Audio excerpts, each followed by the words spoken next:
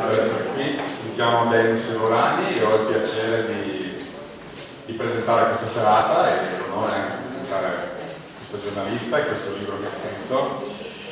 Renzo Mazzaro, giornalista veneto di Padova, del gruppo Repubblica Espresso, ha lavorato per il Mattino di Padova, per Nuova Venezia, la Tribuna di Treviso e con loro collabora da tempo e si occupa soprattutto di politica. Questo libro è uscito nel 2012. Molti hanno detto che ha profetizzato quello che poi è successo negli ultimi mesi, gli scandali e tutto. Lui non si sente un profeta, sinceramente quello che ha scritto erano dei fatti, dei dati di fatto. Se avesse saputo cosa sarebbe successo probabilmente l'avrebbe denunciato anche in modo forte. Però è anche vero che in questo libro vengono indicati dei modus operandi della politica veneta. Tutto quello che poi abbiamo scoperto essere fondato su tangenti, appalti truccati, mazzette, concussione ed altro, tutto quello che purtroppo stiamo scoprendo. Questa sera assieme a lui ci sarà anche Enrico Cappelletti, sta arrivando per la mia, il senatore del Movimento 5 Stelle, che è in Senato, è membro della seconda commissione permanente di giustizia e della commissione parlamentare per l'attuazione del federalismo fiscale, quindi anche lui si occupa di quello che sono quello che accade dal punto di vista della giustizia in Italia. Questo Veneto con una politica che si sente onnipotente, ha cercato di descriverlo in tutti i suoi modi e questa sera cercheremo di fare una collaborazione interattiva con lui.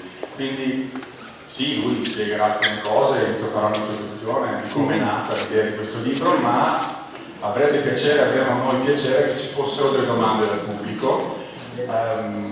Anche se non avete letto il libro potete immaginare quale sia il contenuto. Qualcuno ride perché mi ha appena detto che ci ha passato le notti a leggere il libro. E quindi domande e risposte in modo che possiate essere voi i protagonisti, perché voi come noi siamo i veneti che abbiamo vissuto e che viviamo sulla nostra pelle quello che accade. Io personalmente voglio che teniate in mente una domanda che potremmo farci adesso e nel corso della serata magari darci anche una risposta. Dove eravamo noi veneti quando tutto questo succedeva? E adesso che lo sappiamo, che cosa abbiamo intenzione di fare?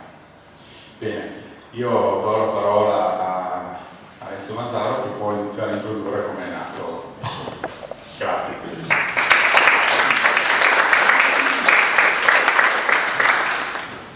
Grazie, buonasera, posso stare seduto? Sì. È vero che ci si può passare le notti, nel senso che questo libro è un po' un libro di avventure, si potrebbe sembrare, ma le avventure più belle, più strane, in un certo senso sconvolgenti sono quelle che sono successe davvero, perché guardate, quello che è capitato è una specie di Watergate.it, cioè una roba nostra che sembra lo scandalo, vi ricordate, Watergate è quello che ha mandato a casa il Presidente con il celebre film e tutti i nomi del Presidente, che comincia con anche lì un'effrazione dentro un palazzo in cui gli uomini del partito del Presidente vanno a rubacchiare dei documenti, si chiamava intrafottere, cioè cercano di creare scompiglio dentro alle file avversarie e poi da questa infrazione notturna nel palazzo succede di tutto, perché c'è qualche giornalista che comincia a frugare ed è esattamente una cosa del genere avviene anche qui. Potete pensare che, non c'è nel libro ovviamente, ma mi permetto di cominciare invece che dal libro, da quello che è successo. Anche qui, allora, il 12 maggio 2012, il mio libro non è ancora uscito peraltro, è uscito il 1° giugno 2012, ma il 12 maggio 2012 è già in atto l'indagine dell'inchiesta Mose e hanno sequestrato, hanno fatto una perquisizione in casa di uno che si chiama William Ambrosio Colombelli, che è il titolare della DMC Broker di San Marino, una società che faceva cartiera, si chiamava, faceva le fatture false per la Mantovani. Cioè, Mantovani fingeva di aver bisogno della consulenza di questa BMC broker, che era una stanzetta con due impiegate e basta, un telefono, però loro erano richiesti di una consulenza, la facevano, la Mantovani ovviamente senza avere nessuna consulenza di nessun genere accettava meglio la fattura che arrivava dalla BMC broker e pagava a San Marino. E questi della BMC broker, cioè questo Colombelli, ritirava dalle banche di San Marino, perché San Marino? Perché pagavano in contanti, ritirava i soldi, si teneva il 22-24% e il resto lo portava, lo riconsegnava alla Mantovani, che quindi aveva una scorta di nero. Pensate che in sei anni, dice l'ordinanza di custodia cautelare, che poi li hanno arrestati questi il 28 febbraio 2013, con un belli Baita, Minutillo e uno che si chiama Cosone, che è un contabile della Mantovani, dice che in 6 anni hanno fatto 400 prelievi dalle banche, sempre sopra 30.000 euro, delle volte anche molto di più, e una volta perfino 1.025.000 euro in contanti. Cioè la Mantovani pagava le fatture, questi andavano in banca, appena arrivava la fattura, appena arrivava il pagamento della fattura, ritiravano i soldi, il Colombelli si teneva la sua percentuale e il resto veniva scaricato, veniva riportato a Padova. Che cosa succede? Che nel 2010 San Marino entra nella blacklist, si dice, cioè nella lista dei paesi dove che sono attenzionati, che sono dunque sottoposti a particolare cautele, e quindi era molto difficile lavorare con le banche di San Marino. Il nostro Baita era come se avesse una spia che è sempre accesa sulla testa, e quindi si dice: io non lavoro più a Colombelli. Colombelli vede che finisce questa mucca che gli dava un sacco di 22-24% continuamente, e dunque non vorrebbe, litigano, e mentre litigano c'è il 12 maggio 2012 la finanza che li ascolta, e li ascolta, e c'è una telefonata fantastica, perché Colombelli sta dicendo: sono venuti a perquisirmi a casa mia e mi hanno sequestrato anche le registrazioni. Quali registrazioni? Dice Baita. Dice: quello che io ti facevo quando venivo a trovarti a tua insaputa. Quell'altro non gli pare vero, vorrebbe mangiarselo, però, e capisce che è un momento cruciale, e siccome Baita aveva tutto un servizio, avete sentito, tutto un servizio di controspionaggio, ha pagato circa da 5 a 6 milioni di euro per servizi segreti, un sacco di gente per sapere la stessa finanza, il generale Spaziante, che era il numero 2 della finanza in Italia, che rischiava di diventare il numero 1. Tutta questa gente qui erano messi allertati per andare a fare un'infrazione, ecco qua il parallelo con il Watergate americano, per andare a rubare, a riprendersi il materiale informatico che era stato sequestrato a Colombelli, dove stavano scritte, cioè dove stavano incise queste registrazioni che erano fondamentali, tant'è che è da lì che capita tutta la frana. E si ascoltano reciprocamente i servizi segreti, o chi per loro, questi gruppi che non si capisce bene, non vogliono dire che fossero servizi segreti italiani, in realtà sono loro, e i finanzieri, e c'è questo tentativo di effrazione nel palazzo, dove c'è l'ufficio del perito milanese che sta da qualche parte a Milano, che deve avere il compito di sbobinare tutta questa roba. Riescono a fare in modo di far arrivare la polizia navolanti, insomma creano un po' di movimento, e l'infrazione non si fa. Per dire, scusate la lunga divagazione, ma è per dire che è un libro da lettura peggio che un film questo qui. E sono avventure a nostre spese, però. Questo libro, dicevi prima, profetico, gira con questo bollino e fa finire che forse sentendo dire ci credo anch'io. Però il fatto che fosse, cioè diciamo, da dove nasce questa cosa qui del libro profetico? Nasce che il 28 febbraio 2013, quando la Guardia di Finanza arresta Colombelli, Baita, La Minutillo e Guson, fanno una conferenza stampa a Venezia e spiegano che cosa è successo.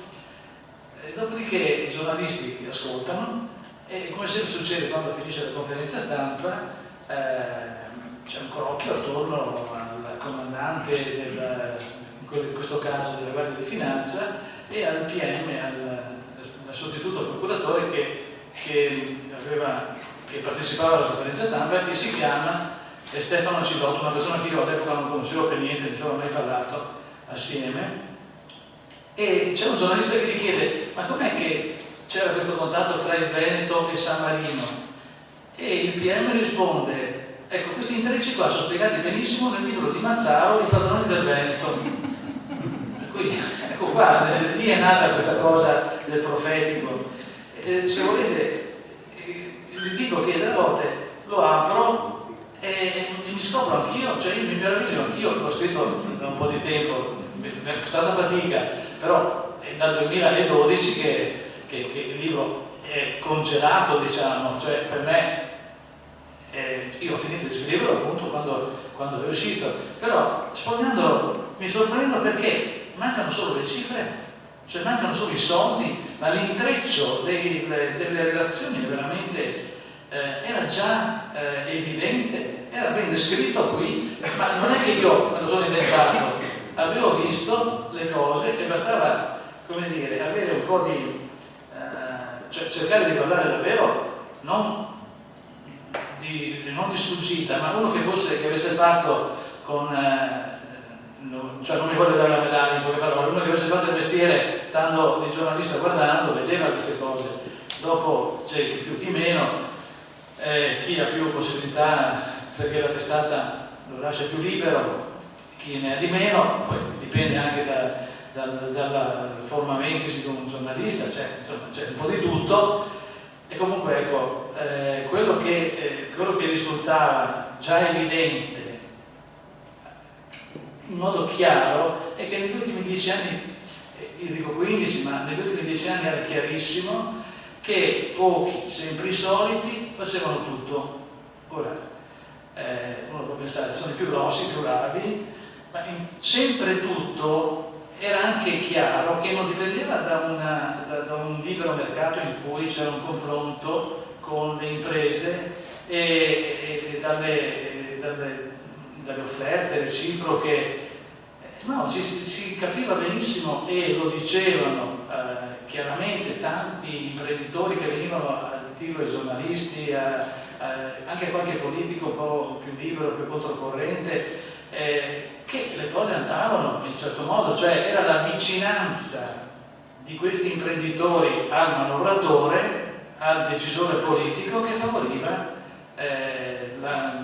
il fatto di vincere le gare, di avere questi lavori. Notate bene che adesso lo sappiamo anche, mi sono un po' documentato, lo sappiamo anche perché l'ha detto la stessa Minutillo in uno degli interrogatori, dice che era Baita ogni volta che faceva un lavoro chiamava Chisso o Galan e gli chiedeva: chi è che devo far lavorare stavolta? Cioè nella mia cordata chi è che devo chiamare dentro? C'è qualcuno che ti interessa?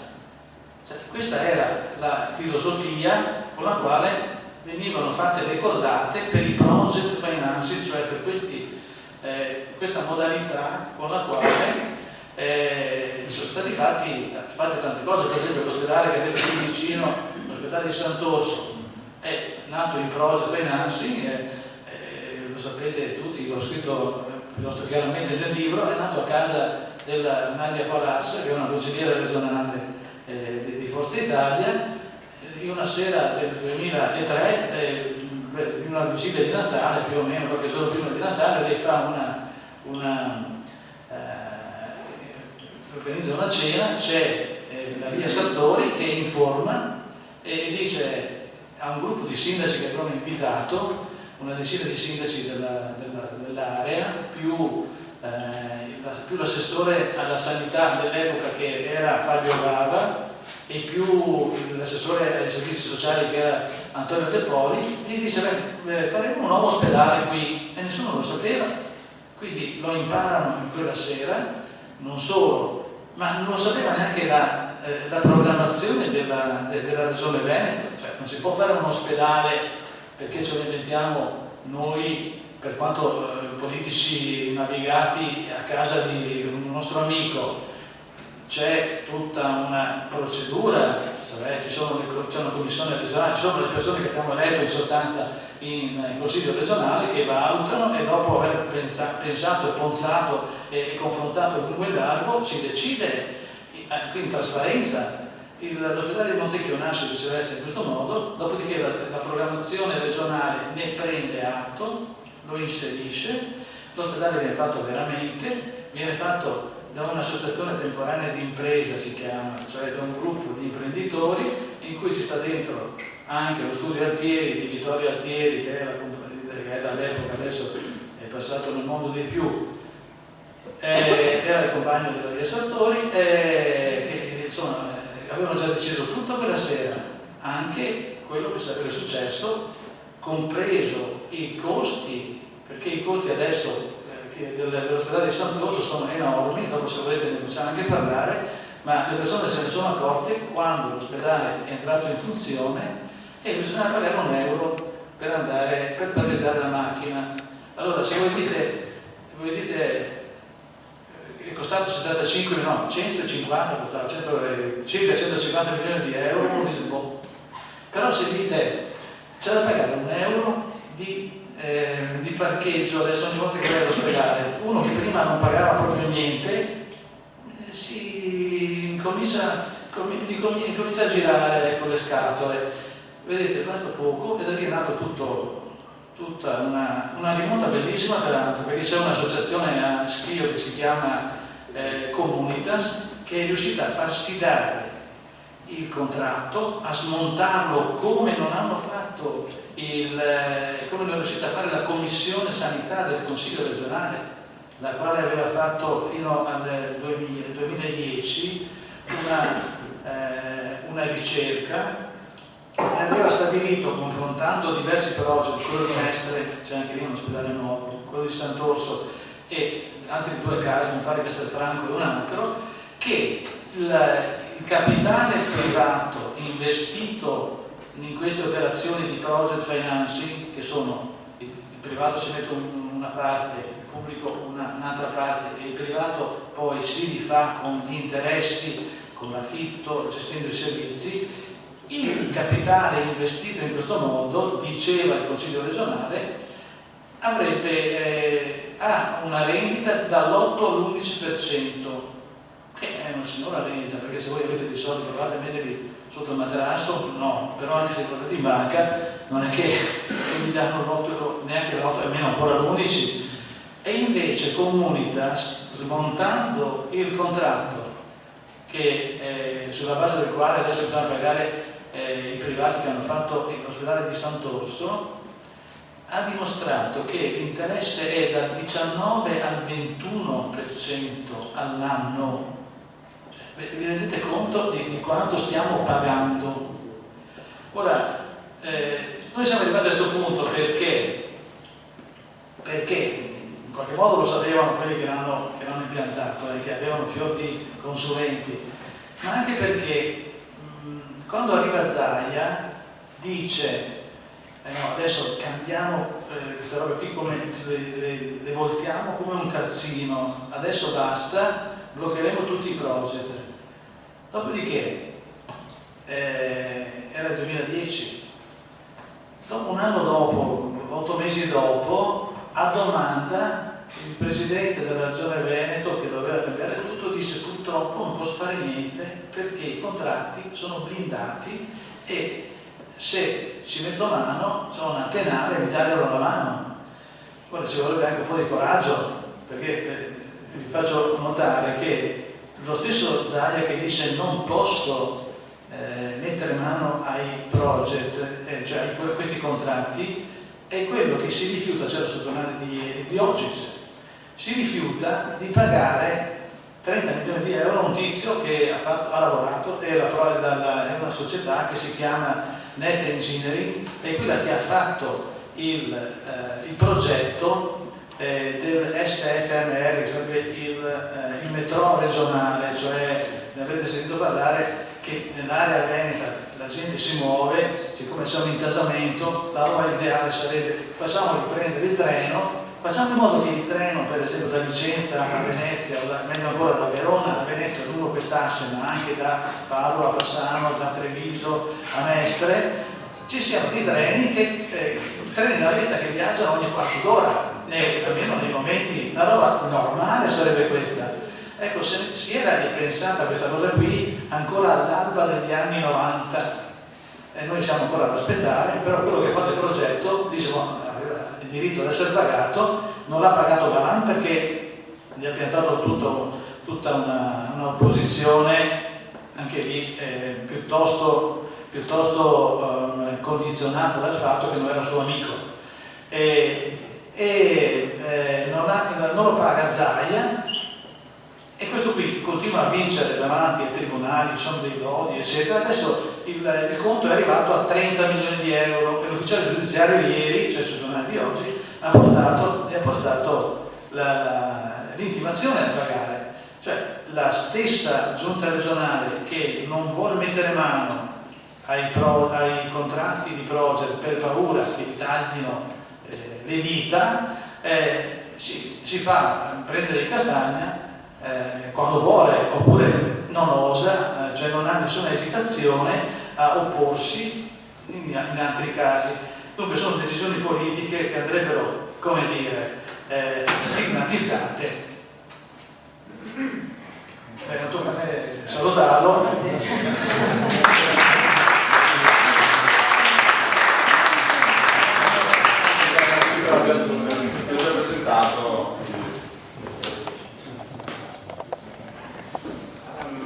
Se qualcuno ha delle domande, non aspettiamo pure alla fine, facciamo pure un dibattito. Adesso che è arrivato anche il senatore Cappelletti, possiamo iniziare anche proprio per un argomento che a qualcuno piace o specifico.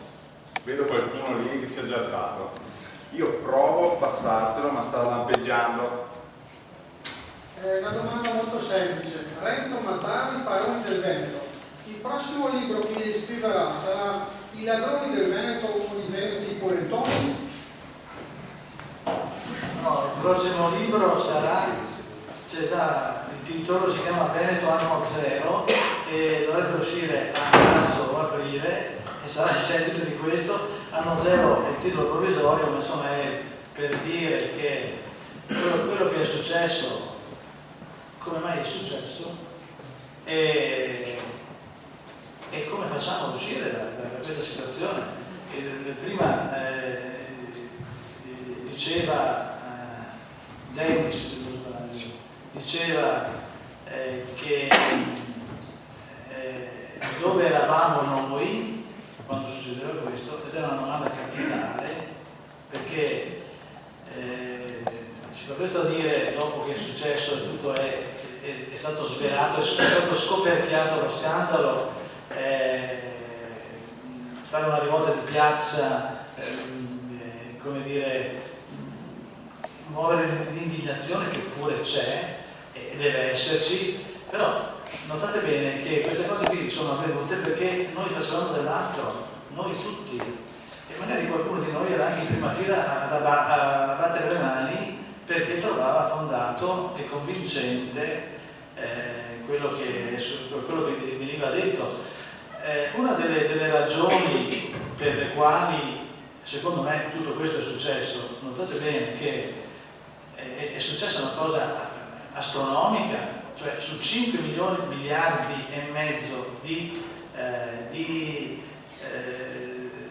fondi erogati per il Mose, ne hanno fatto fuori uno, sarebbe un quinto, cioè il 20% dei finanziamenti destinati al Mose sono stati sperperati in tangenti, pagavano tutti. Ora, fate conto che la famosa maxi tangente Enimont, di cui si parlava negli anni 90 e ne abbiamo parlato e scritto giornalisti e lettori per tutti gli anni 90, è stata definita la madre di tutte le tangenti, è stata stimata in 140 miliardi di euro, che sarebbero 140 miliardi di lire, che sarebbero 70 milioni di euro. Lo scandalo Mose, cioè il Consorzio Venezia Nuova, ne distribuiva 100 all'anno, 100 e per 10 anni andando avanti così. Cioè una cosa, possiamo dire, astronomica, che non trova pari, come dire, eco, non solo nel Veneto. Nel Veneto sembra quasi che faccia finta che non sia successo niente, ma nemmeno in Italia. Dopo quella evidente ondata che c'è stata nella stampa all'inizio, attorno al 4 giugno e poco dopo, la cosa è stata abbastanza, come dire, non dico passata in cavalleria, però sminuita nei contorni, vivere di episodi, mentre l'insieme è una cosa abnorme quella che è accaduta. E se ci pensate, almeno secondo me, le modalità con cui è avvenuta dimostrano che non bastava essere voraci, non bastava avere un appetito a prova di Malox, non so, cioè una capienza dello stomaco.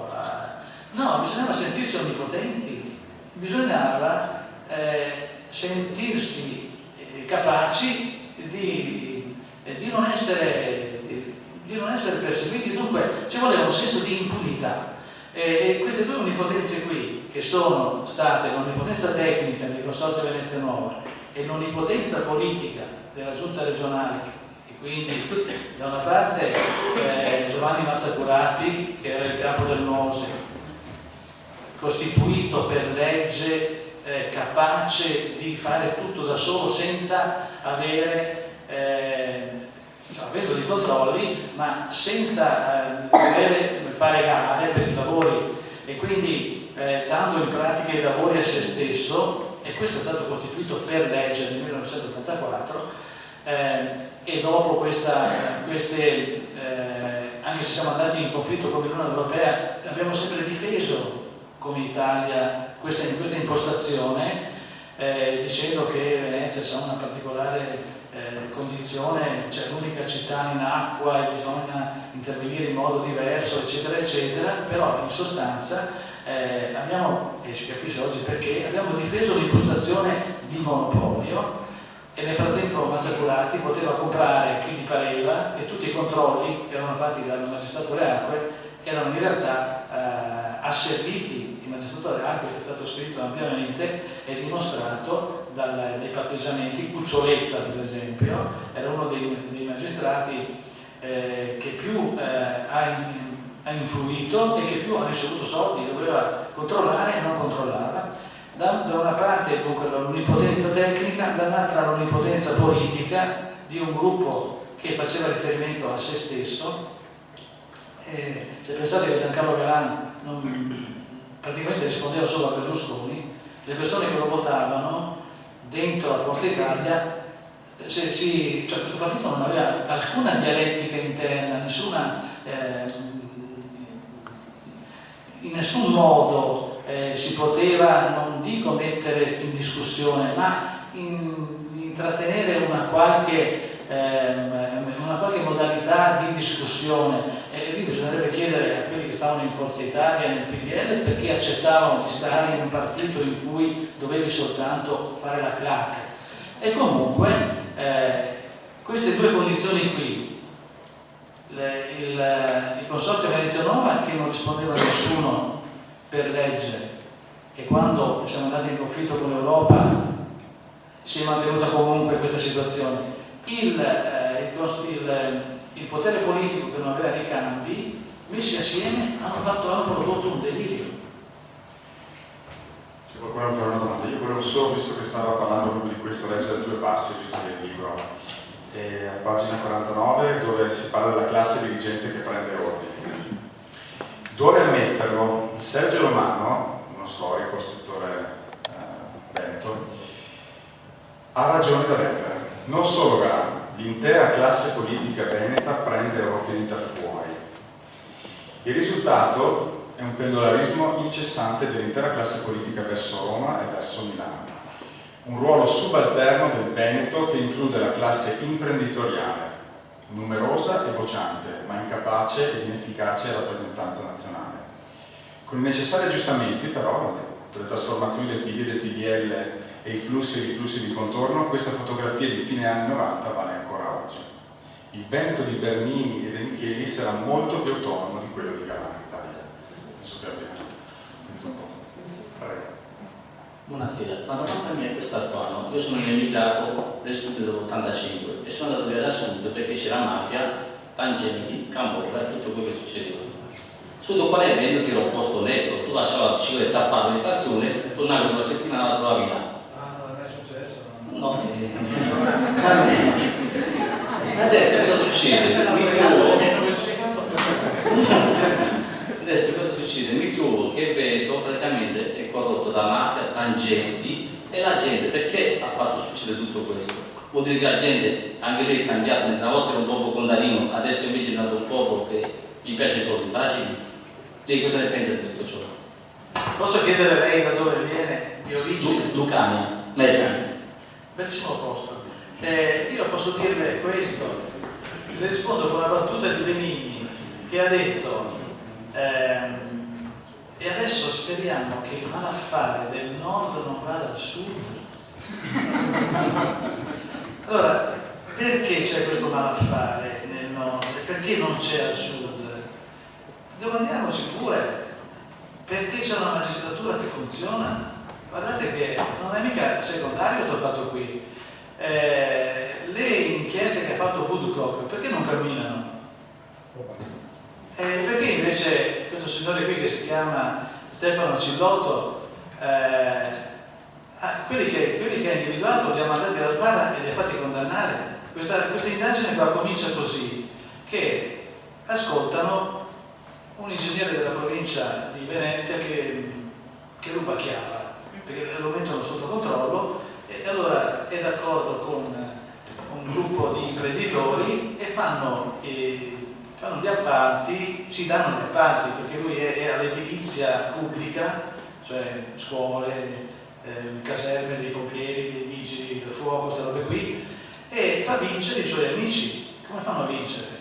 Fanno dei ribassi spaventosi che gli altri non possono starci, quindi vincono intanto la gara. Dovrebbero morire subito, non riuscire a fare il lavoro, e allora interviene il manovalatore e fa una perizia di variante, fa degli e aumenta i costi. Questi qua si rifanno brillantemente, quindi l'opera alla fine costa molto di più, e loro intanto l'hanno presa e gli danno i soldi. Ecco qua, c'è un sistema vecchio come il Cucco, che risale al 1911, si diceva Achille il campanile, vabbè. Li ascoltano, li impacchettano e li mandano a processo, e questi qua patteggiano, sono costretti a 3 anni e 6 mesi e si beccano l'ingegner Carlon, si chiama, e un altro era il geometra Ragno. Comunque, mentre li ascoltano, il geometra Ragno sta parlando con Lino Brentan, che è presidente dell'autostrada Serenissima e prima era stato assessore della provincia, e sta dicendo che non vuole fare un appalto vinto dalla Mantovani, non vuole che sia la Mantovani a fare il lavoro, e sta proponendo a Vaida, gli dice: tu che hai vinto il lavoro, ti metti da parte perché aveva fatto l'offerta più bassa, scusate, l'offerta con il massimo ribasso, quindi c'era una differenza di 2,5 milioni fra lui e un'altra ditta che era la Sakaim, e dice: tu ti metti da parte, il lavoro io dichiaro anomala la tua offerta, quindi ti faccio fuori, do il lavoro alla Sakaim che lo fa per 2,5 milioni di euro più di te. Tu però non fare ricorso perché la Sakaim ti subappalta il lavoro, quindi tu lo fai alle condizioni che dovevi.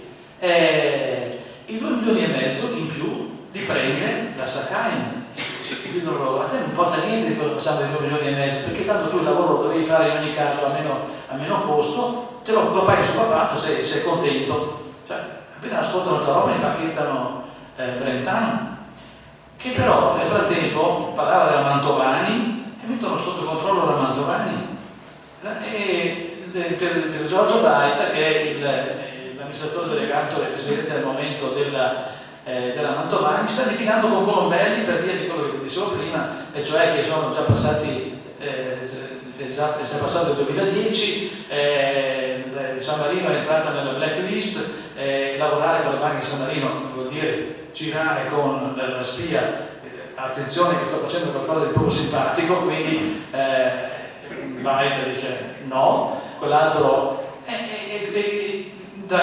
mettendoli sotto controllo vengono a sapere queste cose, quindi è tutto un fatto collegato, ma ascoltato e comunque indagini fatte e portate a termine da persone determinate a trovare i riscontri, perché quello che ad esempio è mancato all'inchiesta di Budukov erano le prove, cioè i sospetti sono una cosa, nel momento però in cui devi portare le persone alla sbarra e contestare dei reati, hai bisogno di prove. Da notare che, come dicevo prima, le condizioni in cui hanno lavorato questi magistrati qui sono veramente tremende, perché ad esempio Ancillotto si portava a casa tutte le sere le carte, si fidava così tanto del suo ufficio, e a me ha detto che era come, dice, mi portava a casa le carte, mi imboscavo anche in casa mia, non so, c'erano i dischi oppure le chiavette in mezzo ai giocattoli della figlia, perché se anche vengono a rubare è come quando ho una pistola, la smonto, metto il caricatore da una parte e l'otturatore da un'altra, così se anche uno la trova non la può usare.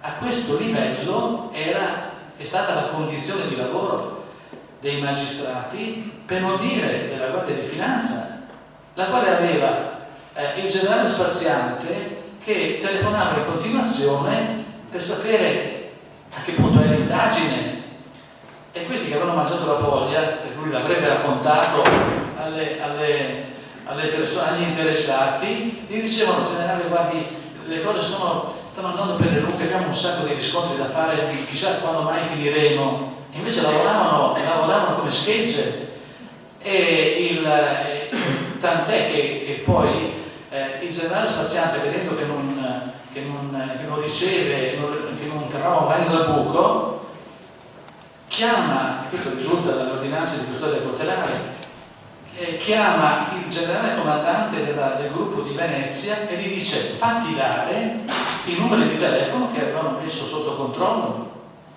Il generale Manzoni, pare che si chiamasse, chiama il colonnello Lisi, che è il comandante del gruppo, di questi che stanno facendo le indagini, del GICO si chiama, e gli dice: dammi un po' l'elenco dei telefoni sotto controllo, che non si usa, è una domanda rituale, è una cosa, cioè è un'entrata a gamba tesa, vuol dire che tu vuoi sapere dell'indagine, non te lo posso dire, però io sono il colonnello e tu sei il generale, se mi dai un ordine mi tocca obbedire, cosa fare?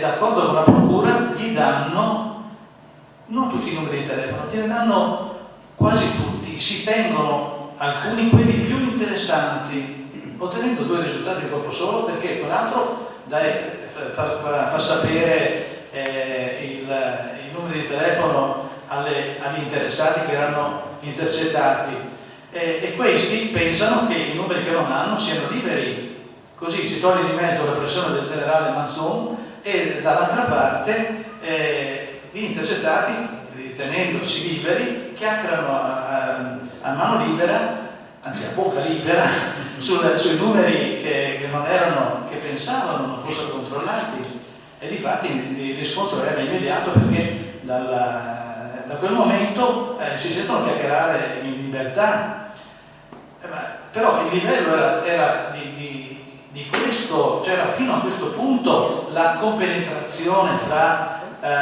diciamo inquirenti e inquisiti, per cui sono a un certo punto quelli che indagano che devono difendersi dagli altri e non viceversa. Ora, questo livello di difficoltà dimostra certo quello che dice lei, cioè che c'è un tessuto che comunque sì, crea problemi, e andrebbe, cioè, bisogna capirlo bene, cioè bisogna pensare che non c'è qualcuno che è come dire, geneticamente disposto al malaffare, non c'è qualcuno naturalmente perverso e qualcuno naturalmente buono, no, l'occasione fa in ogni caso l'uomo ladro, come si dice, ogni uomo ha un prezzo, lo dice anche il Padre Nostro, non ci indurre in tentazione, però insomma se ci sono delle regole forse è più difficile, e se c'è qualcuno che fa dei controlli con attenzione, con precisione, anche con un grande sprezzo del pericolo, poi come è successo in questo caso, perché ti giochi la carriera, perché con il minimo magari qualcosa di più, allora le cose emergono. Il fatto che emergano, e qui arrivo alla conclusione, non è troppo facile dire vabbè, allora qui siete tutti, no, qui osserviamo il lato positivo, c'è una parte di questo Stato di cui facciamo parte anche noi, alcune istituzioni almeno che funzionano bene, che sono capaci di aggredire il cancro e mangiarselo. Ecco, questo ci deve dare un ottimismo, insomma, e non, come dire, come diceva la signora prima, non dormo di notte. No, dai, perché le cose che succedono stanno a dimostrare che è possibile capovolgere questo andazzo e migliorare e venire fuori. Certamente anche qui bisognerebbe i politici facessero la loro parte, non dico i presenti, ma per esempio gli assenti che sono... No, mi ha tirato l'applauso, volevo tirare una denigrazione, al contrario, per dirvi, ad esempio, il Consiglio 5 Stelle non sono presenti in Consiglio regionale. In Consiglio regionale non ancora, va bene, però insomma in questo momento non ci siete, magari potreste mandare degli osservatori, che ne so io, un piccolo presidio dice noi siamo in avanscoperta, l'anno prossimo cambieranno le cose, quindi vi conviene, non so se potrebbe essere una battuta. Ma per dire, chiudo un secondo per arrivare a dirvi che questa classe dirigente di politici che abbiamo noi, che abbiamo eletto noi, ha parlato di questo scandalo qui soltanto il 10 giugno in una seduta del Consiglio che era dedicata ad altro, e quindi hanno cominciato, ha detto non posso non dire niente, ha detto Luca Zaia, e giù ha fatto un intervento, e dopo i gruppi hanno avuto 10 minuti ciascuno per fare un interventino, punto, fine. Non c'è stato altro. Qui si fa finta che non sia successo niente, come diceva Edoardo De Filippo, per dire uno del nord, ha da passare nuttata, cioè questi qua aspettano che passi la notte, capito? E si presenteranno in aprile così, con l'aria di dire beh, insomma io non c'ero, anzi se c'ero non c'entravo, e comunque sono qui perché per dimostrarvi che se mi leggete da capo io farò le cose che mi dite di fare. Sì, volevo chiedere, Luca Luca Zaia ha fatto, almeno risulta dai giornali, un paio di proposte. La prima è una legge che gli permetta di annullare i project sia di Sant'Orso che di Mestre. La seconda è liquidare i project con un finanziamento, mi sembra europeo, della BAE. E non sono state recepite da nessuno. A questo punto mi viene da chiedere, se nessuno le ha recepite, vuol dire che in regione non ci ha mangiato solo la Lega, ci hanno mangiato anche altri? Tutti? Non ho capito, però c'è un salto nella sua logica finale. Nel senso che lui le ha fatte proprio, Zaia le ha fatte proprio nei giornali, riferendosi anche alla sua amministrazione, come dire, in regione. Allora, quello che so io è questo. Lui aveva proposto inizialmente di intervenire, si aspettava che lo Stato, che il governo gli facesse un decreto in modo da autorizzarlo, in qualche modo diciamo, lo liberasse dalla penale, cioè lui non vuole correre rischi. Perché è una penale che lui aspetta dal governo un nulla osta che il governo non gli può dare. Quindi è una pia illusione questa qui. Altro invece era l'idea di rivolgersi alla BEI, ed era perché i finanziamenti europei sono infinitamente più bassi di quella percentuale abbiamo detto dall'8 all'11 secondo la Commissione Sanità della Commissione regionale, ma dal 19 al 21 secondo Comunitas di Schio, con la quale viene remunerato il capitale investito nei project. E quest'idea qui di ricorrere alla BEI mi è stata proposta da Massimo Malvestio, che era il suo consulente, è un avvocato di Treviso, uno studente studio d'affari che è sempre stato Malvestio il suo consulente finché ha deciso di andare a Malta. Lui si è rotto le scatole di stare qui e l'anno scorso ha salutato tutti e si è trasferito con una residenza a Malta. Ogni tanto torna, mi dà qualche consulenza volante così, però il fatto di ricorrere alla BEI era in alternativa a farsi finanziare dai privati attraverso la formula del project. No, per chiudere un project. Il project non è che si può chiudere, il project è un contratto. Allora, c'è un contratto in cui io, parte pubblica, ho preso degli accordi con una parte privata. E se voglio come dire, liquidare questo contratto, bisogna che ci mettiamo d'accordo. I privati non lo vogliono fare, non hanno il suo interesse. È un contratto capestro? Esattamente, ma ti devi prendere i rischi. Se c'è qualcuno che dice, ed è uno studioso di questi fatti, dice basta che tu lo voglia, impugni ad esempio per l'usura, perché questo è un tasso usurario chiaramente, solo che anche qui l'usura non si può, tecnicamente l'usura ha bisogno di essere dimostrata attraverso un confronto. Per esempio l'usura bancaria si dimostra facilmente perché c'è un tasso soglia, ogni 3 mesi la Banca d'Italia dice il tasso soglia, se tu vai fuori da quel tasso lì, c'è un tasso usurario, io ti applico una denuncia, oppure mi ritengo libero dagli impegni. In questo caso però nella erogazione dei servizi non c'è una Banca d'Italia che dice bisogna andare per similitudine, cioè a me hanno spiegato ad esempio il parcheggio, prendiamo l'esempio del parcheggio dell'ospedale Sant'Orso, costa €1. Allora è un tasso usurario, è una cifra usuraria se altrove lo mettono a mezzo a 50 centesimi, mi spiego. C'è la necessità di fare un confronto, non è semplice per ognuno dei servizi presi in esame, ed so che era un tentativo che la Guardia di Finanza ha provato a fare, quindi la Guardia di Finanza starebbe cercando di risolvere i problemi a Luca Zaia, e qui però non è ancora detto perché questa indagine qui, per quanto ne so, era cominciata e non si è più sentito niente.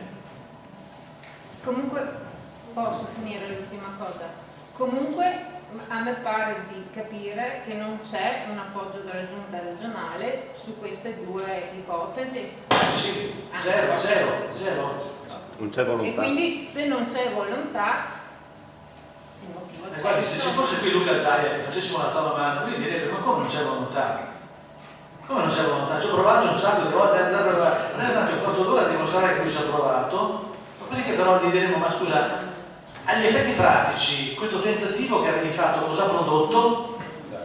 Questo qui sono due cose differenti, non c'è la volontà, lui direbbe no, che c'è la volontà. Se invece gli chiediamo i risultati, e poi alla fine quello che conta è il risultato, non è un'altra cosa. Cioè uno, come si dice, c'è un vecchio detto che l'inferno è lastricato di buone intenzioni. Buonasera a tutti, io innanzitutto mi scuso per il ritardo, mi scuso con Sonia, mi scuso con tutti voi, arrivo da Valdagno dove ho partecipato ad un incontro presso la sala consigliare perché si discute di una situazione grave di licenziamenti a mia fratello e una trentina di lavoratori, quindi di famiglie che da qui a qualche mese rimarranno senza lavoro in una zona come quella della Valle d'Aldagno dove il lavoro è un problema, la disoccupazione è un problema. Lo è in tutta Italia, oggi abbiamo il 44% di disoccupazione giovanile nel nostro paese e se consideriamo i disoccupati che sono 12,6% dato ufficiale, quelli che sono in cassa integrazione superiamo il 15%. Perché vi dico questo? Perché il problema numero uno del nostro paese oggi, che è quello dell'occupazione, di un sistema paese che si sta fermando anziché ripartire, affossa le radici proprio su queste questioni qui. Cioè sulla corruzione che si mangia 60 miliardi di euro all'anno, naturalmente sull'evasione fiscale, sull'elusione fiscale che se ne mangia un quantitativo enormemente superiore e una politica, e qui mi prendo la mia fede di responsabilità, però su questo magari se mi date qualche minuto ci soffermiamo successivamente, che non fa nulla da un punto di vista di mettere in gioco degli strumenti che siano effettivamente efficaci per combattere i fenomeni corruttivi che sappiamo essere di cui l'Italia c'è il primato in Europa e non solo. Io volevo approfittare per fare una domanda, inserendomi appunto in questo contesto, approfittando della presenza naturalmente di un profondo conoscitore di tutto quello che è successo nel cosiddetto Tangentopoli Veneta. Una domanda che credo che sia molto importante. Noi oggi sappiamo che esiste una cupola, forse è esistita una cupola che spartiva gli appalti, lo sappiamo dalle inchieste della magistratura, fortunatamente questo libro è stato un precursore, forse addirittura ispiratore, ben di più di un'opera letteraria, ispiratore del lavoro della magistratura. Sappiamo che questa cupola si chiamava Galan, Chisso e Sartori.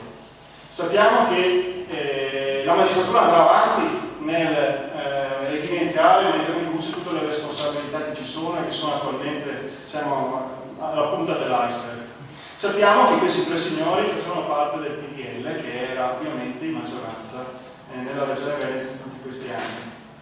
Allora la mia domanda è questa: ma è considerato che a gestire la regione c'è una maggioranza e c'è un'opposizione, e il ruolo dell'opposizione è quello di controllare quello che sta facendo la maggioranza, si può considerare che non ci siano responsabilità o che al contrario ci sia stata accondiscendenza da parte che hanno avuto in parte anche il nome di Costa, di Brentano, di Orsoni, che non sono il PDL. E a questo aggiungo una appendice.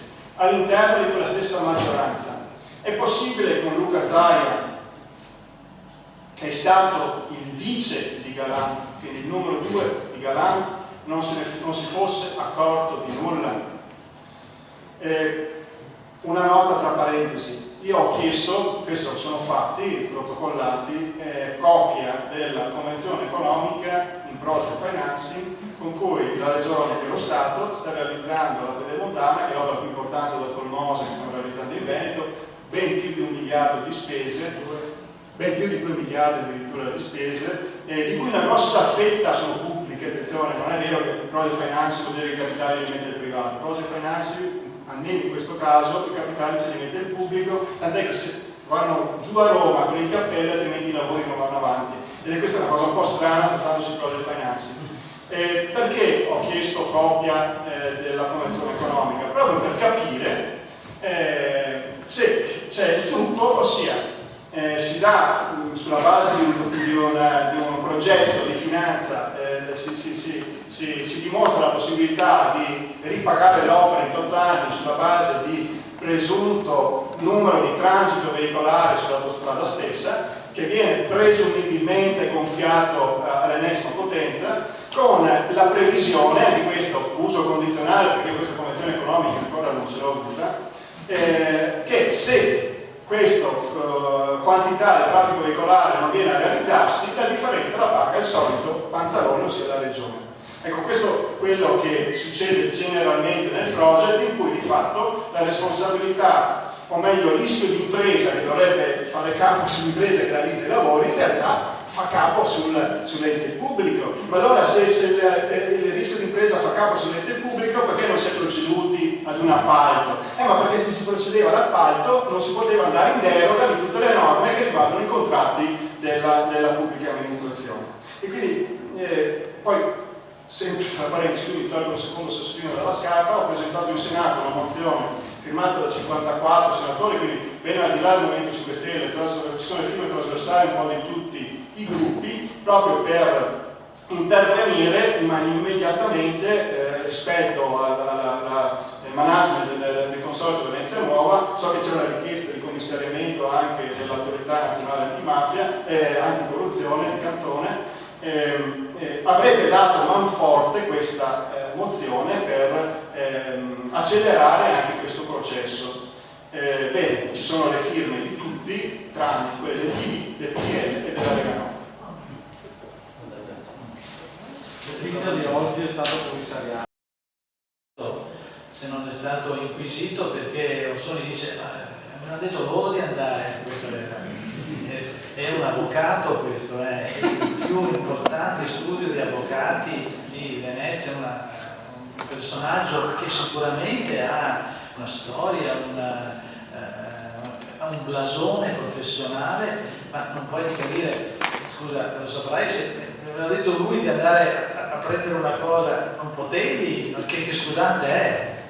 E comunque infatti Davide Zoggia ha detto subito io, e hanno tutti gli avvocati davanti. Questo non toglie che diciamo, l'impianto non occorreva nemmeno che, caro senatore, che detti non era neanche necessario pescare Orsoni sulle bonifiche tasche, con la mano in tasca di Mazzacurati, oppure che Marchese fosse che accettasse il battezzato, che accettasse, che si sapesse che si faceva finanziare le campagne elettorali e qualcosa d'altro magari con i soldi pubblici, perché bastava guardare come sono stati fatti i grandi lavori. C'è sempre dentro, nelle associazioni temporanee di impresa, c'è sempre dentro la CCC, che sono le costruzioni, le cooperative, cioè c'è sempre una fetta, il Coveco. Questa è una roba normalissima, cioè, tutto è stato costruito non soltanto dentro al Mose, con la partecipazione delle imprese di riferimento, si dice, che tutti hanno delle imprese di riferimento qui. Allora la sinistra ha le sue, la destra ha le sue, il centro pure, e si gestiscono al meglio. Chi non ha un patronage, diciamo, politico, sta fuori, ma anche quelli che hanno un patronage politico e vogliono entrare devono fare la coda. Addirittura le cronache hanno fatto vedere, hanno prodotto interviste di qualche cooperativa di Chioggia che c'era il responsabile che diceva io avrei pagato come gli altri, non mi volevano, ma si può sapere perché? Può sapere perché tutto loro volevano la cooperativa San Martino, che è una cosa per cui è evidente che la condivisione che c'era dentro al centro-sinistra era abbastanza profonda, però scusate, il centro-sinistra qualche tentativo di autocritica lo sta facendo, e dopo, se proprio volete che vi dica, guardando in mezzo alle carte, io ho trovato fuori una cosa che è piuttosto interessante vederla oggi. È un'intervista che è guidato proprio a me di fare il 12 agosto 2006. Allora, un consigliere regionale del centro-sinistra diceva: i sazi della ex Jugoslavia pagati il doppio del costo. No, noi abbiamo saputo non nel 2006, nel 2014, grazie all'inchiesta, che sono stati pagati esattamente il doppio. Però questo signore qui andava dicendo nel 2006 che per esempio c'è chi osserva che l'uso del materiale inerte portato dalle coste ex jugoslavi, il cui importo sembra girarsi sull'ordine di 1 miliardo di euro, parla sempre del MOSE, costi in effetti la metà di quello che lo Stato paga ai costruttori.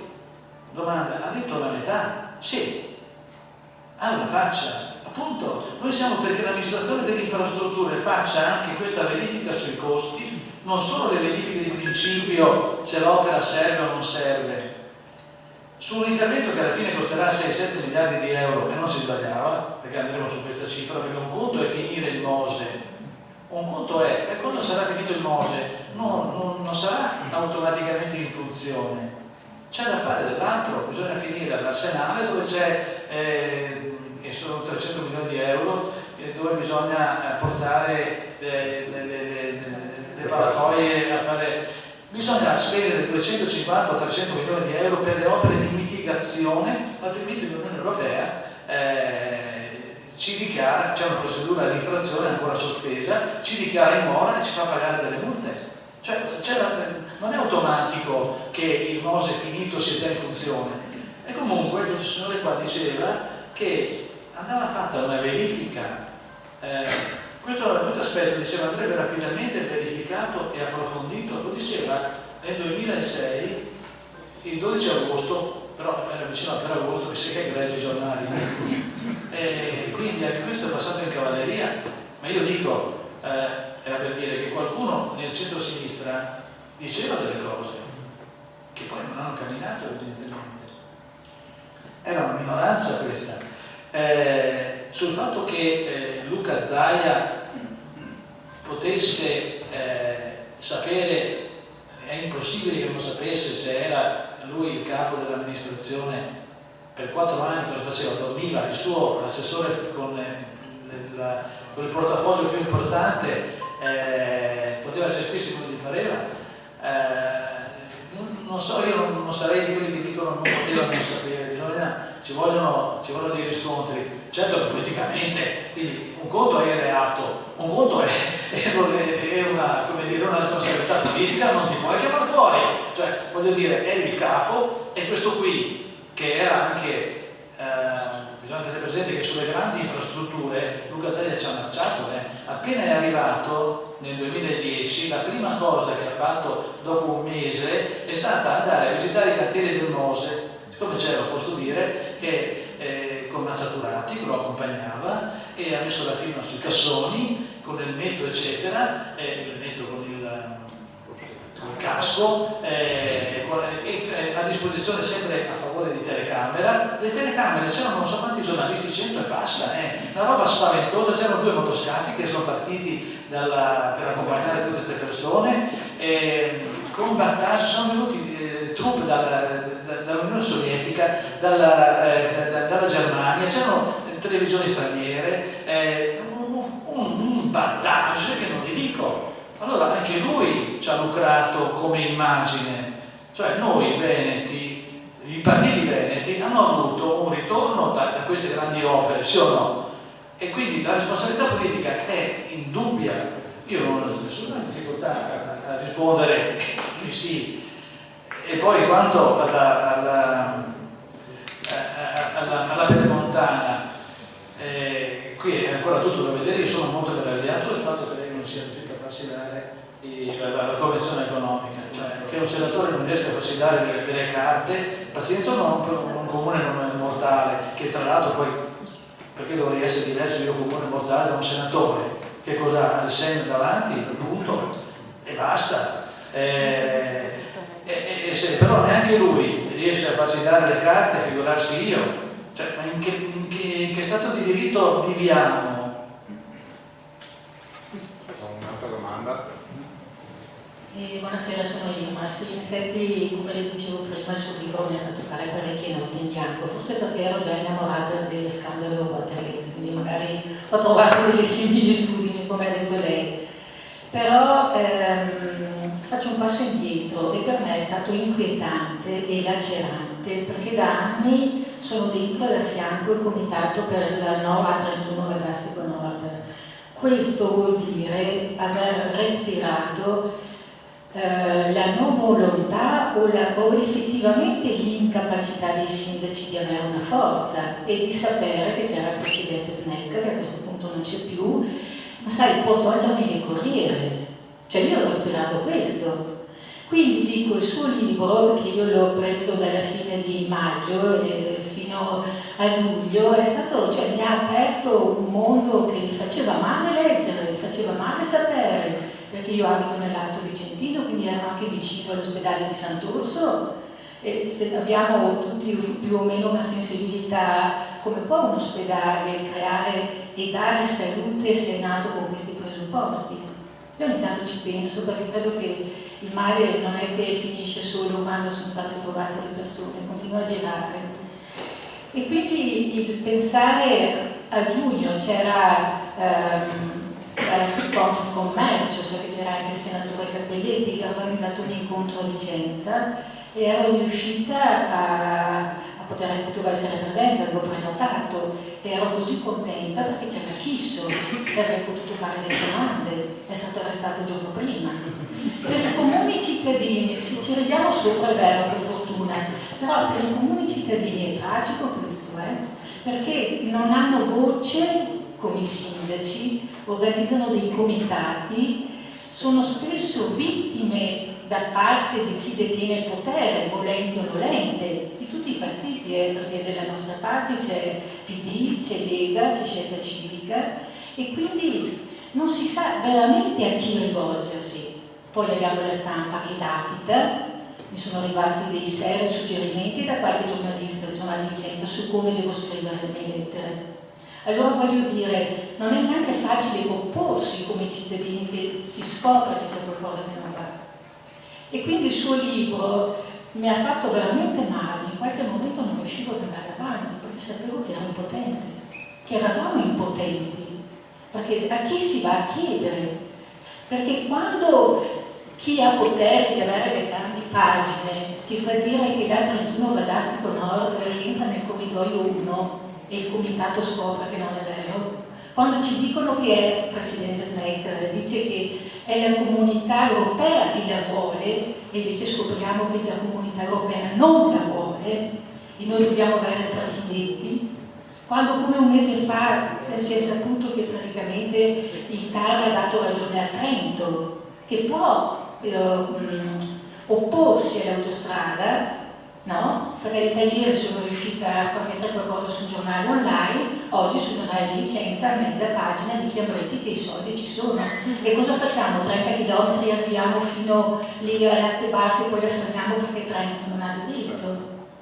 Cioè io quello che le voglio, io starei con lei un sacco di giorni, mi rendo conto che è impossibile, ma è veramente un problema che anche dal punto di vista dei cittadini che si attivano, il suo libro è stato veramente un magone, perché non si sa da che parte andare, non si sa come si andrà a finire, aspettiamo che qualcuno entri, che qualche giornalista serio ci metta veramente, faccia della politica o che faccia del bene comune per capire queste cose.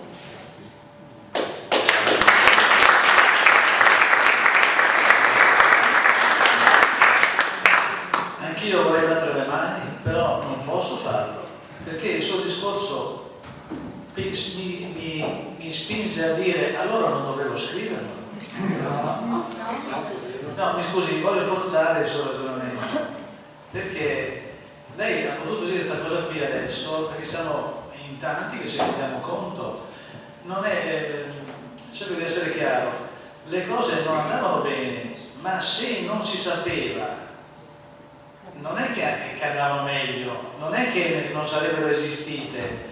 Allora, preferisco aver passato le notti in bianco con consapevolezza che aver dormito senza aver saputo. Ho capito, ma io voglio arrivare, mentre condivido profondamente quello che lei ha detto, cosa crede che io sia diverso da lei?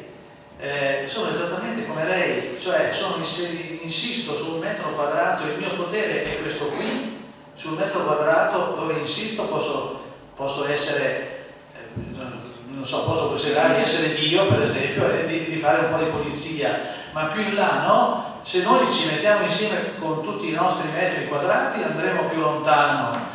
In qualche modo cerco di esemplificare quale potrebbe essere una via d'uscita. Lei vuol troppo da me, io non faccio politica, però le voglio anche dire che anche un giornalista fa difficoltà, sa? Non è che sia tanto semplice scrivere un libro. Il libro, le dirò addirittura che non è stata neanche un'idea mia, il libro è stata un'idea, qui bisogna veramente, è stata un'idea del signor Laterza, che mi ha telefonato alla testa del 2011 per dire: lei scriverebbe un libro sul Veneto con le cose che sa. Certo, dico io, questo qui è un editore nazionale, in qualche modo era bello misurarsi con un editore nazionale e raccontare il Veneto all'Italia, che non è che ci ama moltissimo, non è che noi veneti siamo rispetto agli italiani ben raccontati, lei consideri semplicemente solo pochi anni fa, c'era 30 anni fa, noi eravamo una regione che faceva ridere, se c'era, io dico sempre di un film, una frase cretina doveva essere pronunciata in dialetto veneto, chissà perché non in napoletano, perché no, il napoletano è furbo, è sgamato, e invece il veneto è polentone, è stupidone, e noi eravamo una regione che faceva ridere. 30 anni dopo siamo una regione che fa paura, siamo razzisti, egoisti, tutto per noi, non era giusta né l'una né l'altra, bisognava anche cercare di rimontare, era bello in ogni caso misurarsi. Io ho fatto anche questo tentativo con questo libro, lei che l'ha letto sicuramente si penserà, bisogna vedere se ci ho preso, però era anche in questo senso che io mi sono misurato, ma l'idea comunque non è stata mia, è stata di un editore del sud, un editore di Bari, c'è l'ufficio di Roma che mi ha chiamato, ma questo qui vive a Bari, è nato a Bari, è un grande editore nazionale, e però è del sud, che ha fatto un libro sul nord, sul Veneto, perché hanno una catena, hanno una collana regionale, e questo la dice lunga su di noi. Non c'è stato nessun editore veneto che avesse avuto l'idea neanche il mio, io faccio il giornalista, dunque lavoro per un editore che è nel campo dei quotidiani, però insomma poteva anche rendersi conto che era interessante raccogliere le cose che io andavo scrivendo. Pensate che questo libro è la storia degli ultimi 20 anni di politica, di economia, anche un po' del carattere dei veneti, però è all'80% composto da cose che io avevo già scritto, le ho messe insieme, ma sembra però un altro racconto, c'è un 20% nuovo di Trinca, ma il resto era già finito sui giornali, solo che il giornale vive quante ore? Mezz'ora, un'ora, 5 minuti, e dopo il giorno dopo c'è un altro fatto che fa dimenticare quelli di prima. Messi insieme questi fatti qui sembrano addirittura una novità. Se vi dico che ci sono perfino dei consiglieri regionali che io conosco, perché ho seguito la cronaca della regione dal 1986, ne so di più di sicuro degli ultimi arrivati, semplicemente perché sono più vecchio e niente di più, o forse anche perché sto un po' più attento, ma comunque ho sorpreso perfino i protagonisti che mi dicevano: ma dai, così è andata. Dico: ma se c'è...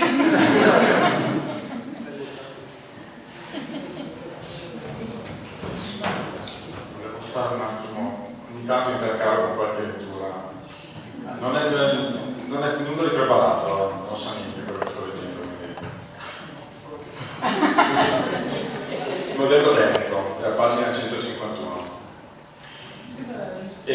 Marzotto che sta dicendo queste parole, quindi uno della dinastia di Valdagno, uno degli ultimi arrivati.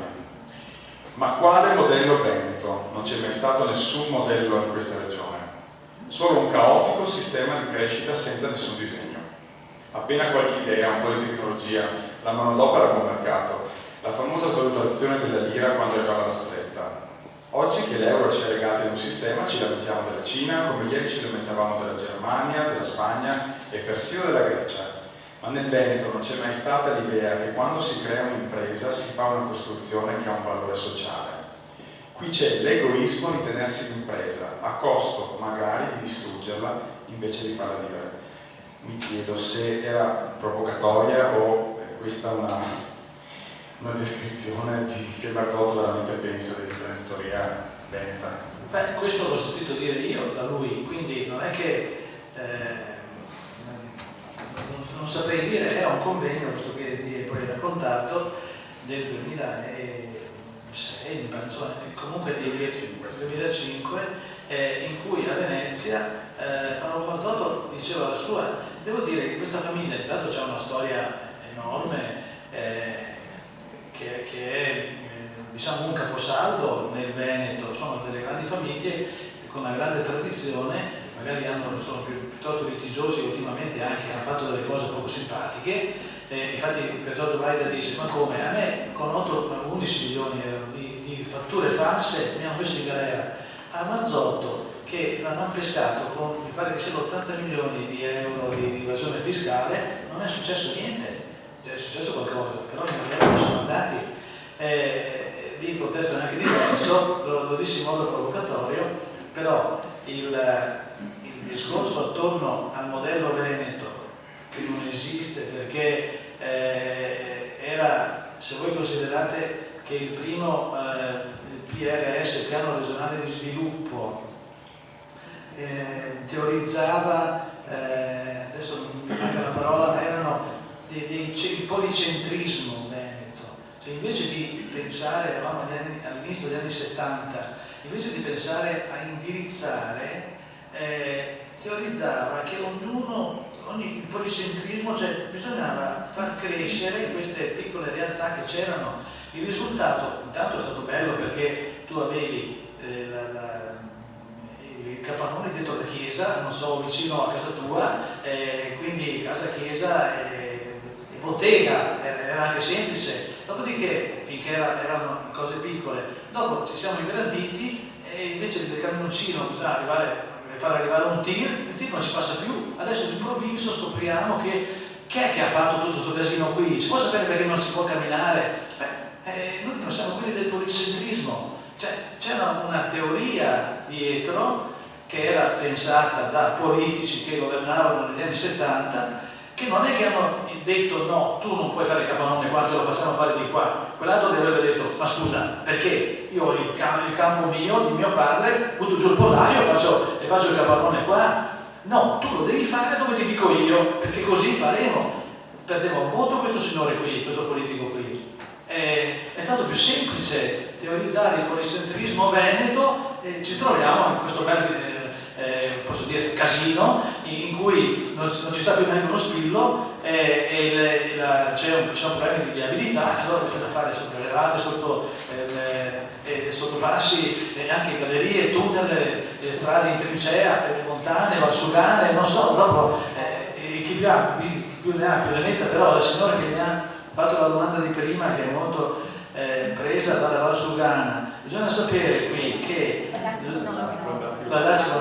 scusa, la Valsugana siamo là, che difatti è proprio per questo che a Trento dicono ma con quante autostrade volete arrivare? Perché volete fare la Valsugana da una parte nuova, di qua, decidetevi, d'altra parte non ho neanche torto.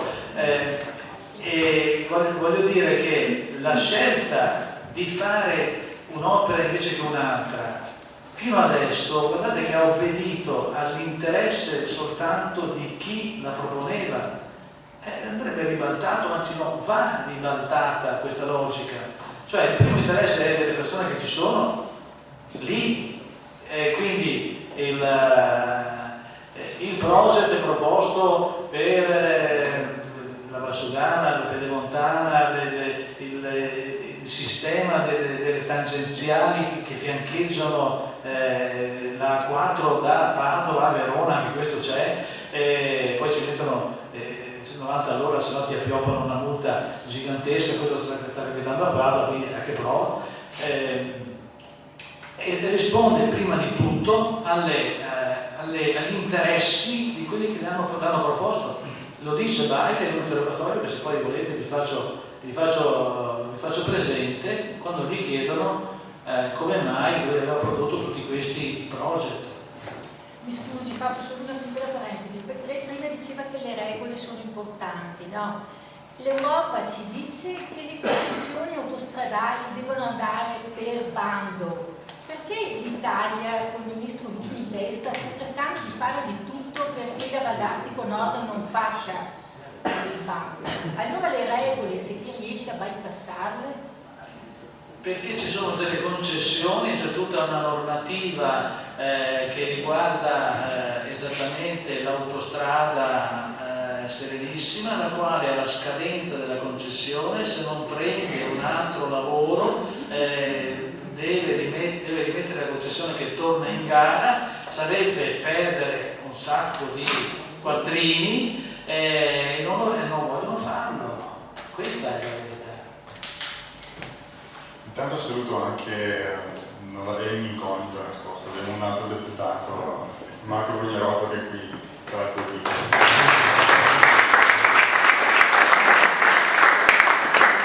Buonasera, Luisa Castagna, Pescantina da Roma.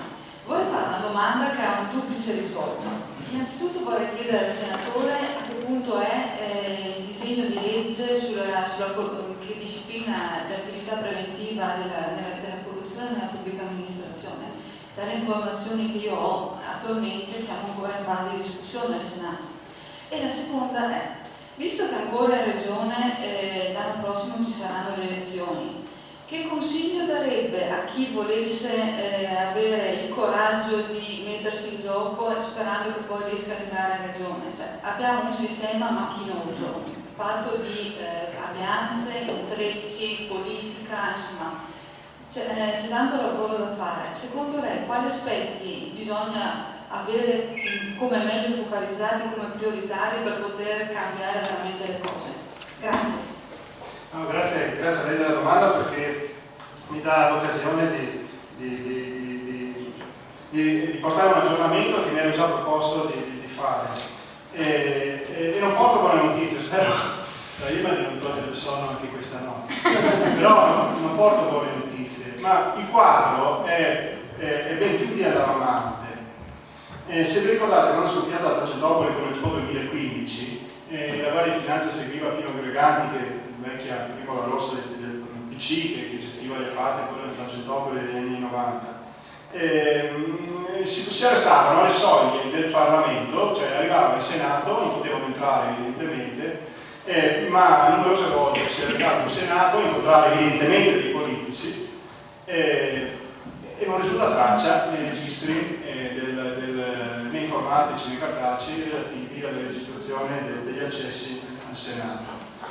Un'altra eminenza grigia, mi assumo la responsabilità di quello che dico, è niente poco di meno che il capogruppo in Senato, il Partito Democratico, Luigi Zanda, è stato per 7 anni, quindi non per 7 giorni, anche per 7 mesi, quindi proprio alla nascita del consorzio Venezia Nuova, con dei ruoli che, se mi permetteranno, spero a breve, di discutere in Senato la mozione che ho presentato proprio sul Mose, vorrei entrare nel merito anche delle sue attività, perché è tutto nato quando si sono create le regole della gestione del consorzio Venezia Nuova, le regole che poi hanno creato quello che hanno creato. Bene, quando si è venuta a creare questa che è la più grande, veramente la più grande situazione di corruzione sicuramente italiana, ma probabilmente anche europea, bene, il capogruppo in Senato del Partito Democratico era per fare una legge efficace contro la corruzione bisogna fare 3 cose. Bisogna prevedere una nuova legge che ripristini il falso in bilancio. Ci vuole una legge seria, sull'autoriciclaggio, e ci vuole soprattutto una norma che preveda la riforma della prescrizione, perché altrimenti i magistrati sono costretti ad accettare i patteggiamenti tipo quello di Galan, cioè praticamente si condanna a una pipa di tabacco perché se il procedimento andasse avanti molto probabilmente scatterebbe la prescrizione. Il nostro gruppo, ma non solo noi, attenzione, non solo noi, una esponente autorevole della maggioranza del Partito Democratico, si chiama Piero Grasso, ha depositato a inizio legislatura, quindi da più di un anno e mezzo, un disegno di legge che è l'Atto Senato 19, è diventato mitico l'Atto Senato 19, che è una legge seria, proprio che considera queste tre parti qua, poi considerare il 416 ter, che era lo scambio elettorale politico-mafioso, esattamente come avremmo voluto farlo noi, praticamente era un disegno di legge del Partito Democratico, che prende la polvere nei cassetti del Senato già da un anno e mezzo. Ma perché? Allora io adesso non voglio darvi delle opinioni, voglio darvi dei dati oggettivi e poi vi farete la vostra opinione. I dati oggettivi sono questi. Sul fatto che noi continuiamo a sollecitare la messa all'ordine del giorno dei nostri disegni di legge e quelli degli altri gruppi, vi lascio agli atti parlamentari. Però un dato è incontrovertibile. Quando è scoppiata Expo 2015, cioè lo scandalo tangente Expo 2015, eravamo in campagna elettorale per le europee. Abbiamo preso, il nostro gruppo, la palla al balzo per dire, bene, abbiamo le europee, quindi è difficile per un politico dire di no a mettere all'ordine del giorno la legge sulla anticorruzione. Abbiamo lo scandalo che è su tutti i giornali, chiediamo, siamo minoranza, ma chiediamo alla maggioranza di mettere all'ordine del giorno, quindi i disegni di legge che sono già in discussione da lungo tempo in Senato sulla corruzione, che sono quelli che dicevo prima, falso in bilancio, autoriciclaggio e riforma della prescrizione. Poi ci sono tante altre cose, ma sono secondarie, anche l'inasprimento delle pene, eccetera. Ci dicono di sì, eravamo in campagna elettorale, è la tempesta perfetta, mettiamo all'ordine del giorno questa norma. Tutto quello che dico ovviamente agli atti. A urne chiuse il martedì successivo, a lunedì, fino a lunedì hanno fatto i conti delle votazioni, dopo il giorno successivo alla chiusura delle urne delle europee. Bene, il martedì si è riunita la maggioranza e ha tolto dall'ordine del giorno in Senato, che era già stato inserito e calendarizzato, il disegno di legge sulla corruzione. E questo è agli atti ovviamente del Senato, perché se c'è stato all'ordine del giorno un provvedimento che poi non è stato discusso perché l'Assemblea dei Capigruppo, quindi la maggioranza, ha voluto toglierlo, è evidentemente un dato oggettivo. Non è solo questo. Parlavamo prima delle concessioni autostradali. Fatemi dire una parola sullo sblocco Italia, perché noi lo abbiamo chiamato Sfasci Italia perché incentiva le trivellazioni, incentiva gli inceneritori, cioè incentiva un'economia che non è virtuosa. Ma al di là di quello, una cosa strana, l'abbiamo appresa dai giornali, è che lo sblocco Italia intendeva sbloccare l'Italia allungando le concessioni autostradali fino al 2038. Non si può fare senza una gara. È contrario al diritto nazionale e al diritto dell'Unione Europea, all'interno della quale ci troviamo. Nel provvedimento che abbiamo votato, ahimè, è passato nei giorni scorsi in Senato, la data, erano previste la possibilità ovviamente di rinnovare le concessioni autostradali, ma al posto della data comparivano 4 asterischi. Noi abbiamo nella documentazione ufficiale, che era oggetto nel decreto Sblocca Italia, la data di prolungamento delle concessioni autostradali è identificata da 4 asterischi. Abbiamo detto, noi non lo votiamo perché avete messo la fiducia e siamo ovviamente contrari a dare la fiducia a questo governo, ma voi che lo votate, come fate a votare un provvedimento che preveda un'estensione delle concessioni autostradali in bianco, dove c'è l'omissis? Abbiamo saputo poi però che uno dei principali concessionari, che è il gruppo Gabbio, guarda caso, era uno degli illustri invitati alla cena elettorale del PD, rispetto alla quale, sono dati pubblici questi, erano state dichiarate di poter raccogliere oltre 2 milioni di euro di finanziamento elettorale proprio per le prossime elezioni amministrative che saranno a breve. E il gruppo Gabbio, se vi ricordate, è il gruppo che è balzato agli onori della cronaca nel caso in cui, nell'affaire Penati. L'affaire Penati, quando Penati, presidente della provincia di Milano, fece un'operazione intelligentissima, cioè aveva già la maggioranza delle quote azionarie, quindi aveva il controllo dell'autostrada Serravalle Scrivia o giù di lì, non c'era quindi nessun bisogno di avere delle quote aggiuntive, acquistò invece dal gruppo Gavio per sopravvalutando le azioni che erano detenute dal gruppo Gavio, che erano state acquistate solo pochi mesi prima di un 5 volte tanto, permettendo al gruppo Gavio di avere una plusvalenza di superiore ai 100 milioni di euro, che è stato poi oggetto di contestazione da parte delle Corti dei Conti, è stato poi oggetto di un processo nei confronti di Penati che si è risolto con la prescrizione. Se vi ricordate, Penati aveva dichiarato in Mondovisione che avrebbe rinunciato alla prescrizione. Perché vi racconto questa storia? Perché poi alla fine i nomi tornano tutti quanti. Allora noi in Senato abbiamo detto: ma non ci mettete la durata delle concessioni autostradali nel decreto legge, probabilmente, forse perché dovrete deciderla durante questo incontro che fate di finanziamento elettorale prossimamente. Ma se le parole del sottoscritto possono essere in qualche maniera giudicate di parte, vi cito qualche parola su questo provvedimento di Cantone, che è l'autorità nazionale anticorruzione. Cantone è stato messo nella sua attuale funzione naturalmente da questa maggioranza, quindi sicuramente non ha simpatie e non ha legami con l'opposizione. Allora, proprio poche righe. È stato ascoltato in Commissione Ambiente qualche giorno fa. Allora, Cantone, sempre di merito allo Sblocco Italia, parla di singole norme che rischiano di vanificare il rilancio del Paese, e questa va bene la valutazione. 4 sono i nodi scoperti. Primo, il ricorso al project financing e al project bond.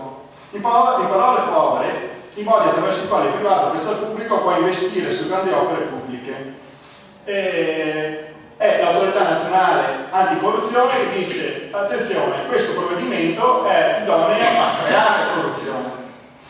Un secondo rischio attiene appunto alle modalità di valutazione, concessione e controllo, perché nello Sblocco Italia vengono introdotte tutta una serie di procedure che devono essere adottate nei casi in cui bisogna aprire un cantiere con estrema urgenza, ma con estrema urgenza, senza specificare neanche cosa si intenda per urgente, riescono ad aggirare pericolosamente una serie di deroghe ai codici dei contratti. Ripeto, ne sono dichiarazioni di Cantone.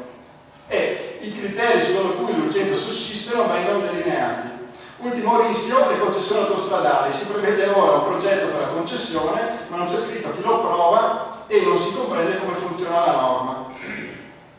Insomma, la soluzione ci sarebbe. La soluzione sarebbe quella della trasparenza degli atti, trasparenza dei contratti, trasparenza delle concessioni e naturalmente una legge sulla corruzione che fosse efficace per combattere il fenomeno della corruzione. Purtroppo in questa maggioranza non c'è la volontà per procedere non solo ad approvare, ma neanche a discutere, perché se iniziasse una discussione su una legge efficace per combattere la corruzione è chiaro che emergerebbero tutta una serie di imbarazzi che creerebbero veramente un'instabilità, la possibilità poi di venire meno della maggioranza che sostiene attualmente questo governo, che sapete è poliedrica e comprende delle forze che tutto hanno fatto meno che dare il loro contributo per combattere il fenomeno della corruzione fino ad oggi. Quindi ci troviamo in una situazione in cui da una parte si ferma il lavoro del Parlamento che non può intervenire perché la maggioranza non ce l'abbiamo, su questo ambito molto importante, ossia dell'anticorruzione, quindi autoriciclaggio, false comunicazioni sociali, quindi falso bilancio e riforma della prescrizione. Dall'altra si procede con una serie di provvedimenti tipo lo Sblocco Italia, caldo approvato nei giorni scorsi, che prevedono ancora una volta tutta una serie di deroghe alle norme sui contratti che disciplinano gli appalti pubblici, che sono per definizione non del sottoscritto, per dichiarazione dell'autorità nazionale anticorruzione propedeutici alla realizzazione dei fenomeni corruttivi che dovremmo invece combattere.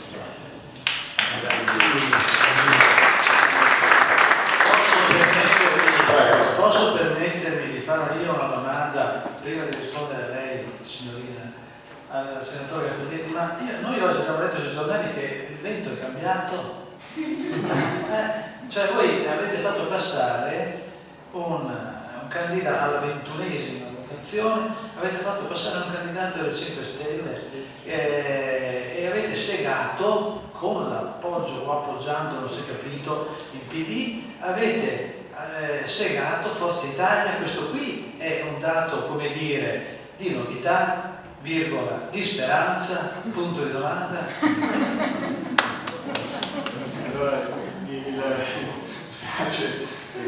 dover intervenire, non ci sono purtroppo facili entusiasmi rispetto a questo. Allora, noi potevamo risparmiare le 20 votazioni, perché quello che avevamo detto alla prima votazione è che noi candidati Movimento 5 Stelle non abbiamo, perché al CSM, alla Corte Costituzionale, devono andare delle personalità molto autorevoli, che abbiano un'esperienza, che abbiano un curriculum, che siano, anzi, il curriculum dovrebbe essere tanto più lontano dai partiti, tanto più garanzia di lavoro efficace all'interno delle istituzioni. E abbiamo proposto, sì, dei nomi, ma che non sono i candidati del Movimento 5 Stelle, sono dei nomi dei candidati che sono di persone che non c'entrano nulla al Movimento 5 Stelle, ma che avevamo individuato per il profilo proprio di professionalità adatto per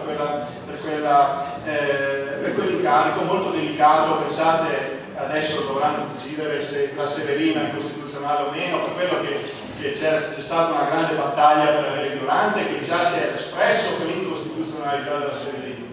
E a parte la Severina, è chiarissimo che parliamo degli organi di garanzia, che la Costituzione sono un ruolo fondamentale.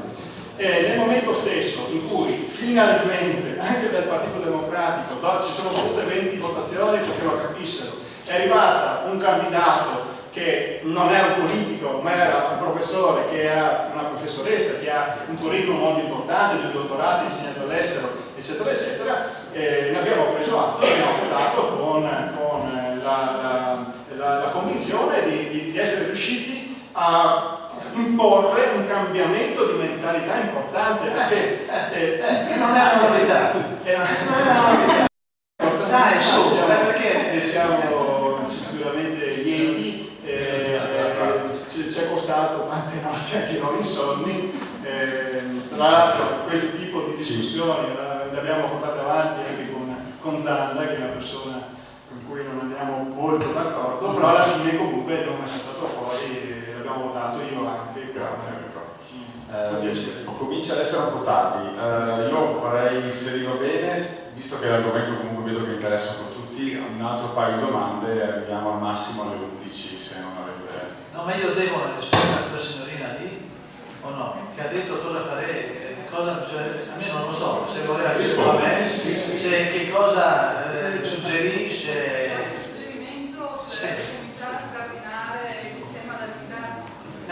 Sì, ma se uno vuole mettersi in gioco, diceva lei, e chi è che vi vede voi del Movimento 5 Stelle? Posso fare l'avvocato del diavolo?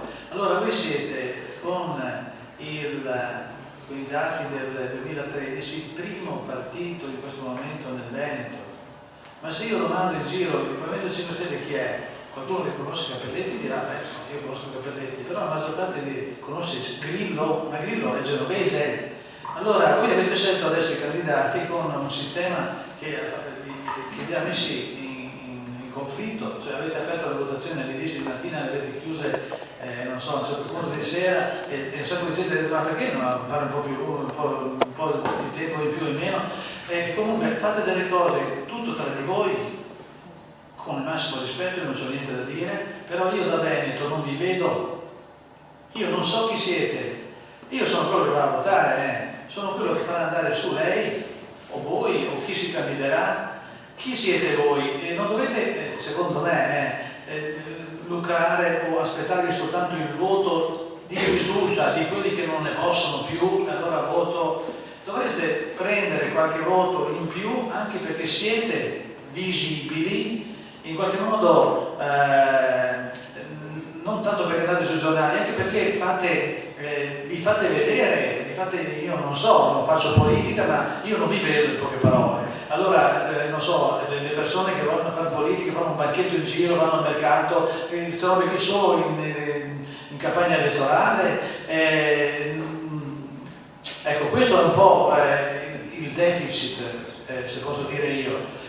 Quanto invece alle cose da fare, vi faccio notare che lunedì scorso a Padova si è tenuto, è una notizia da qui, un dibattito in cui c'erano parecchi del centrodestra, dell'UDC, c'era il presidente del Consiglio regionale Ruffato, c'era De Poli dell'UDC, c'era Zozzato che è il vicepresidente della giunta regionale, si chiamava la fabbrica del centrodestra, siccome c'è un casino a dire, adesso dobbiamo fare la fabbrica e mettersi d'accordo. Allora Zozzato si rivolgeva a uno al coordinatore regionale di Forza Italia che si chiama Marco Marin, che è stato un medaglia d'oro di sciabola. Adesso io ho detto che era più bravo a schivare invece che, comunque, per dirgli: tu riconosci, voi di Forza Italia volete riconoscere 15 anni di buon governo,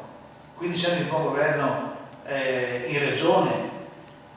E nessuno ha avuto niente da dire. 15 anni di buon governo sono quello che abbiamo discusso fino adesso, questo è il prodotto. Però uno c'è stato, che è un ex di Forza Italia, che ha detto, e vi voglio citare con quello che ha detto lui, ha detto agli amici che governano in regione: voi avete il dovere di dimostrare come si esce dal sistema Galan. Cioè non c'è niente da fare, il patteggiamento di Giancarlo Galan toglie il velo al sistema, a quel sistema che io ho inutilmente provato, vedendo per lavoro l'andamento di varie parti, questo qui è avvocato, a denunciare più volte chi governava, e cioè fa vedere che in Veneto c'è qualcosa che non ha affatto funzionato bene, e guardate che continua a non funzionare. Mi riferisco non ad aspetti che interessano il codice penale, di cui altri si occupano, ma di un sistema economico derivante dalle leve pubbliche, per cui in Veneto lavorano troppo poche imprese e sempre quelle. Cioè, non è cambiato niente, dice lui. È un po' strano dopo 5 anni. Questo è quello di cui parlano dentro al centrodestra. Voi dovreste portare la risposta a questa domanda che loro neanche si pongono. Non soltanto non pensano, tranne questo signore qui, diciamo ad affrontare. Grazie. Un'altra domanda?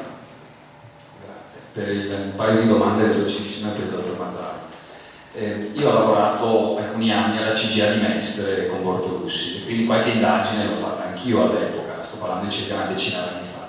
Però poi quando ho letto il suo libro mi sono reso conto che veramente ne sapevo niente di tutto il malaffare che è, diciamo, gestito da questo comitato d'affari di Galan, Sartori, Chisso, Perrizzi e via dicendo. Allora, la domanda che volevo farle, il libro l'ho letto alcuni mesi fa, ma allora cosa è successo nel 2014? Noi abbiamo sempre sentito parlare in questi ultimi 20 anni di conflitto di interessi come Berlusconi per la carica di e quant'altro, televisione e via dicendo. Invece lei nel libro parla di cose incredibili. Le faccio l'esempio di Gemmo Impianti, lei parlava prima di queste ATI, associazioni temporanee di imprese, in cui c'è sempre la Gemmo Impianti, lo Studiatieri, la Mantovani e la Sacano e via dicendo. Vengo a scoprire dopo che sono tutti amici della via Sartori. E guarda caso, no, tante di queste aziende, parlo soprattutto Studiatieri come la Gemmo Impianti, sono dell'Alto Vicentino. E allora mi dico, la domanda che le faccio è: ma allora cosa è successo nel 2014? Mi viene un po' in mente, per spiegarmi meglio, il film Gli Intoccabili, quello con Kevin Costner e Sean Connery, in cui Sean Connery mi dice: tu vuoi veramente andare ad arrestare i malavitosi, i mafiosi? Non è facile, non è difficile, anzi tutti quanti sanno dove è malaffare. Il problema è riuscire a trovare le persone oneste, corrette, che ti aiutino ad arrestare i malavitosi, i mafiosi. E allora la domanda è: Cosa è successo nel 2014? Visto che questo malaffare è stato perpetrato per 20 anni, come mai è successo solo adesso? Le pene che sono state combinate in questi ultimi 20 anni sono veramente ben poca cosa.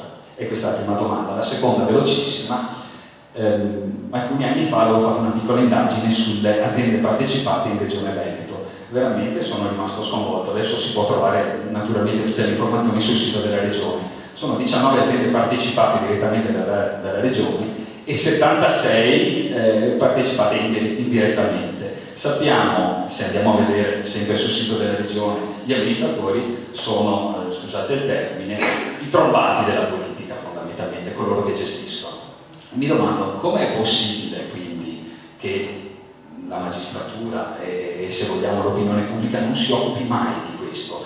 Lei ne ha parlato nel libro e veramente le cose che ho letto, alcune cose veramente sono sconvolgenti. Sono state, come diceva prima il senatore Cappelletto, precursori di quello che è successo quest'anno. Grazie.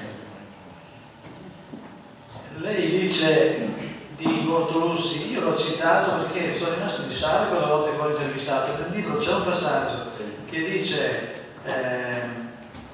io avevo chiesto un giudizio sulla RAN e lui mi ha risposto, ma se ha privilegiato uno stretto giro di amici, io non me ne sono accorto.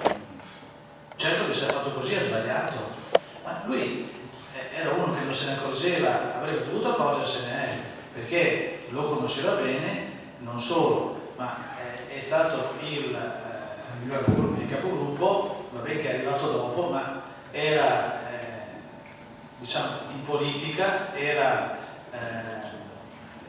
si trattava di essere anche di avere una conoscenza, un'amicizia, ma insomma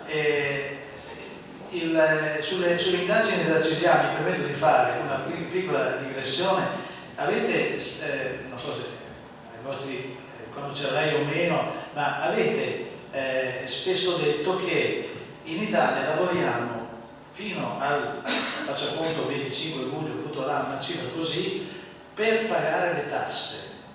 Boh.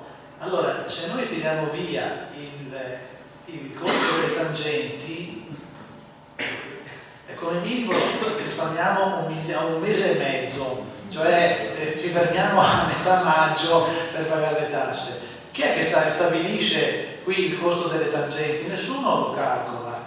Anche per esempio, adesso prendo una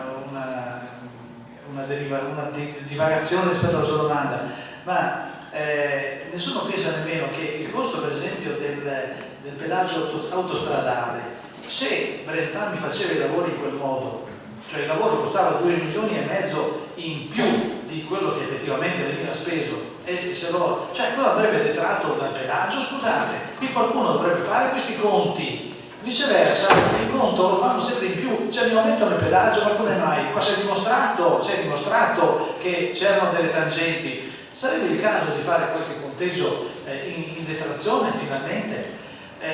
Senta, lei mi ha detto cosa è successo nel 2014. Nel 2014 è successo, siccome tutti prendevano i soldi, ed è una roba tremenda questa qui, lo dice anche la Minutillo, che è considerata, con tutto quello che ha fatto, è considerata dalla procura, dai magistrati, l'imputato più credibile, perché intanto era in crisi già prima, la ascoltavano, prima degli arresti del 28 febbraio 2013, quando lei viene arrestata con Baita, con Busone e con Colombelli, era già in crisi e Chisto e Baita non ne parlavano, cioè cercavano di tenerla di fuori perché avevano il sentore che stesse crollando. Cioè questa persona qui viveva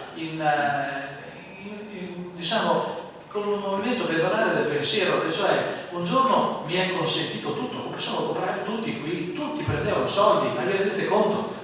100 milioni all'anno se ne andavano in questo modo, magistrati, avvocati, poliziotti, generali, c'era tutto dentro. E l'altro giorno invece non poteva andare avanti così, prima o dopo mi arresteranno. Ecco qua, questo movimento pedonale, per cui alla fine è riuscita, cioè alla fine nel momento in cui l'hanno arrestata è crollato il mondo addosso, però è stata anche una liberazione, dice, è cominciato a parlare come un fiume in piena, senza che le facessero neanche le domande.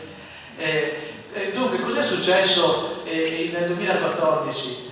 Niente, era successo un po' prima, che uno non si è fatto comprare. Questo signore qui si chiama Boris, era un capitano della Guardia di Finanza che stava facendo l'indagine una verifica fiscale alla Mantovani e cercavano, come dire, erano tutti servizievoli e lui si chiudeva nell'ufficio e scartabellava le fatture, quindi quello che gli è saltato subito all'occhio è casualmente, perché le fatture del gruppo Mantovani erano tonnellate, e mi è capitato di vederlo come l'ho appena visto da qui, era lo stesso lavoro pagato 2 volte. Ecco qui come è saltata fuori la BMC Broker, un caso. Ma lui stava in ufficio, tutti erano servizievoli, portavano le carte, eccetera. E d'improvviso ha notato un cambiamento. Mi scusi, no, lo devo chiedere al capo ufficio che non c'è. No, purtroppo l'ingegnere se n'è andato, bisogna vedere domani. E dopo una settimana l'hanno trasferito a San Severo, provincia di Foggia. Sarà un bel posto, io però per la volta che sono passato sono andato dritto. Non si è fatto comprare e da lì è cominciato un certo, perché poi l'hanno saputo, cioè spostare un capitano della Guardia di Finanza non lo fai impunemente, e in qualche modo si è creata una solidarietà al GICO, che è peraltro è il gruppo di intervento contro la criminalità organizzata, che ha una modalità, anche questa è tutta una cosa diversa, una modalità con la quale si combattono le organizzazioni criminali, non i reati contro la pubblica amministrazione. I reati contro la pubblica amministrazione siamo abituati a andare a spulciare le carte, a vedere gli uffici. Il salto di qualità di questa indagine qui, questa è la novità, non del 2014, del 2010, quando è arrivato Ancillotto, è che questo PM qui, che è Veneto, ha lavorato 8 anni in Sicilia ed ha il meccanismo, la forma mentis dell'antimafia, cioè facciamo le indagini con i pedinamenti, i riscontri, le intercettazioni telefoniche, le testimonianze, ricostruiamo i fatti. Come si fa con l'antidroga, insomma, cioè andiamo in cerca delle prove, non esaminiamo le carte, eccetera. Motivo per il quale in questa indagine così complessa la Tonini, che è quella che porta peraltro all'arresto di Giovanni Mazzacurati il 12 luglio dell'anno scorso, lei fa le indagini guardando le carte della cooperativa San Martino, comincia a guardare nel 2009 e nel 2013 è ancora lì che guarda le carte quando Ancillotto arresta Baita, la Minotillo, con le confessioni di Baita e della Minotillo la Tonini riesce a inquadrare le carte e porta all'arresto, questa è una cannonata, all'arresto di Mazzacurati, che voleva dire la persona più importante in senso assoluto, con tutto quello che poteva essere Zanda, che sicuramente è stato dentro il consorzio quando il consorzio era all'inizio, però, perché il consorzio comincia a macinare quattrini nel 2003, quando parte l'autorizzazione a fare i lavori, il grosso dei lavori, e cioè le massicciate, eccetera, eccetera. Lì macinano tutto spiano. Prima era effettivamente una cosa ben differente. Posso velocissimamente, devo io una risposta sulla visibilità, ma solo una battuta per dire che sono d'accordo, devono essere visibili. Però abbiamo anche delle attenuanti che sono i fondi, per esempio. Abbiamo rinunciato a 46 milioni di euro, possono sembrare più squille, su 300.000 euro a parlamentare. Tutti gli altri parlamentari, tutti gli altri gruppi ce l'hanno in disponibilità e lo utilizzano evidentemente per l'immagine e per la visibilità sul territorio. Lo utilizzano come vogliono, ma su 300.000 euro fanno differenza. Però sono orgogliosi di averci rinunciato. Poi probabilmente paghiamo lo scotto di essere semplici cittadini. Io ho lavorato 5 anni a 1 chilometro da qui, non ho finito questa esperienza, tornerò di fare politica, probabilmente comincerò a essere conosciuto alla fine di questa esperienza in confronto in Parlamento con Ciossaconi a 5 metri che una volta si è offeso perché gli abbiamo detto: ma guarda, vieni qua a farci la predica che sei qui da 20 anni. Lui ha detto: ma qua da 20 anni, sono 32 anni che sono parlamentare della Repubblica, e come lui c'è Giovanardi, come lui c'è Caspari, come lui c'è tutta gente che veramente, non lo so, se sono quelli esempi, sono sì esempi di visibilità, perché sono chiaramente, hanno fatto questa loro vita dedicata al far credere, a far pensare in determinate cose, però poi e poi abbiamo anche delle difficoltà. Io spedisco comunicati stampa in quantità industriali. L'ultimo ve lo cito, non c'entra questo argomento, ma magari riguarda il divorzio breve. Se vi ricordate, la Moretti ne ha fatto una battaglia, è uscito su tutti i giornali, ha fatto giro 7 chiesi, su tutte le televisioni, dicendo: io sono brava, ho approvato la Camera dei Deputati il divorzio breve, in Senato sono delle scansafatiche perché non stanno facendo nulla. Bene, è arrivato il momento in cui, cos'è il divorzio breve? Prevede una legge semplicissima che riduce i tempi di separazione legale da 3 anni a 1 anno oppure a 6 mesi in caso di consensuale. Noi siamo favorevoli, anzi abbiamo collaborato a fare questo disegno di legge. Arriva in commissione ed è stato fermato e bloccato dal Partito Democratico. Quindi hai fatto hai alzato il polverone enorme, tanto stretto nei confronti del Senato, quando poi la responsabilità totale e assoluta di aver bloccato questo provvedimento fa capo al tuo partito. Ho fatto un comunicato stampa dicendo: Moretti, dimenticati se sei coerente.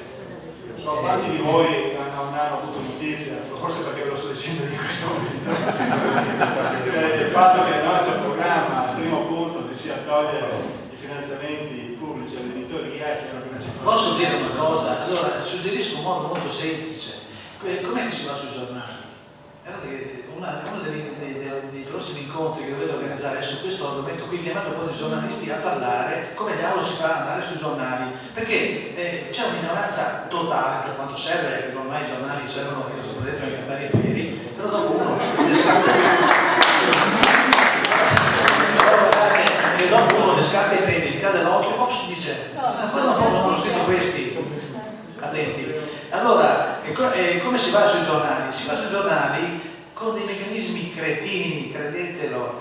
No, se lei manda un comunicato stampa, il comunicato stampa lo metto in archivio, l'archivio è sotto il tavolo. Se lei mi telefona è già differente. Allora, io sono Mazzaro, lei si ricorderà che ha parlato con Mazzaro. Domani, com'è Mazzaro che non hai messo? Gesù, Capriletti, guarda che io ho. Allora posso. Sì, dopodomani sono sempre in minoranza, sempre di più, non ho più nessun argomento, sono individuato. Il giornale è dietro a sto paravento qui, ci sono delle persone, bisogna conoscere le persone e i meccanismi sono semplicissimi. Allora voi dovete avere arrivare alla persona, saltare le formalità, ripeto, per quel che serve. Se ci credete che il giornale conta, secondo me conta un pochino, perché se c'è tutta questa salamanda qua, tutti ci sono e voi no, non è giusto, dovete come minimo essere quanto gli altri esserci.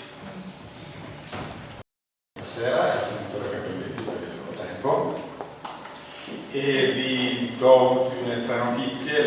Intanto, per chi può essere interessato, abbiamo il libro in vendita. Il 29 di questo mese ci sarà un grosso evento riguardante la Pedemontana organizzato dal Movimento 5 Stelle, qui vi daremo maggiori delucidazioni al banco in fondo. E per terminare volevo dirvi che tra di noi ci sono anche dei candidati regionali questa sera che sono venuti. Io adesso li nomino tutti, anche chi non c'è. Abbiamo Marco Dalla Gassa di Marostica, abbiamo Caterina Gagliotto di Vicenza, ci sono io, Denis Volani di Montecchio, abbiamo Ercole Dalmazzo di Vicenza, qui abbiamo Stefania Zannelli di Costa di Sara, abbiamo Saliana Scalco di Campogliano, abbiamo Rinaldo Garaldo di Domingo, Giordano Lain di Isola Vicentina e infine ha visto anche la Stefania Mesiano di Arziano. Bene, vi ringrazio per la serata, per essere venuti e aver dato il vostro contributo all'evento. Grazie.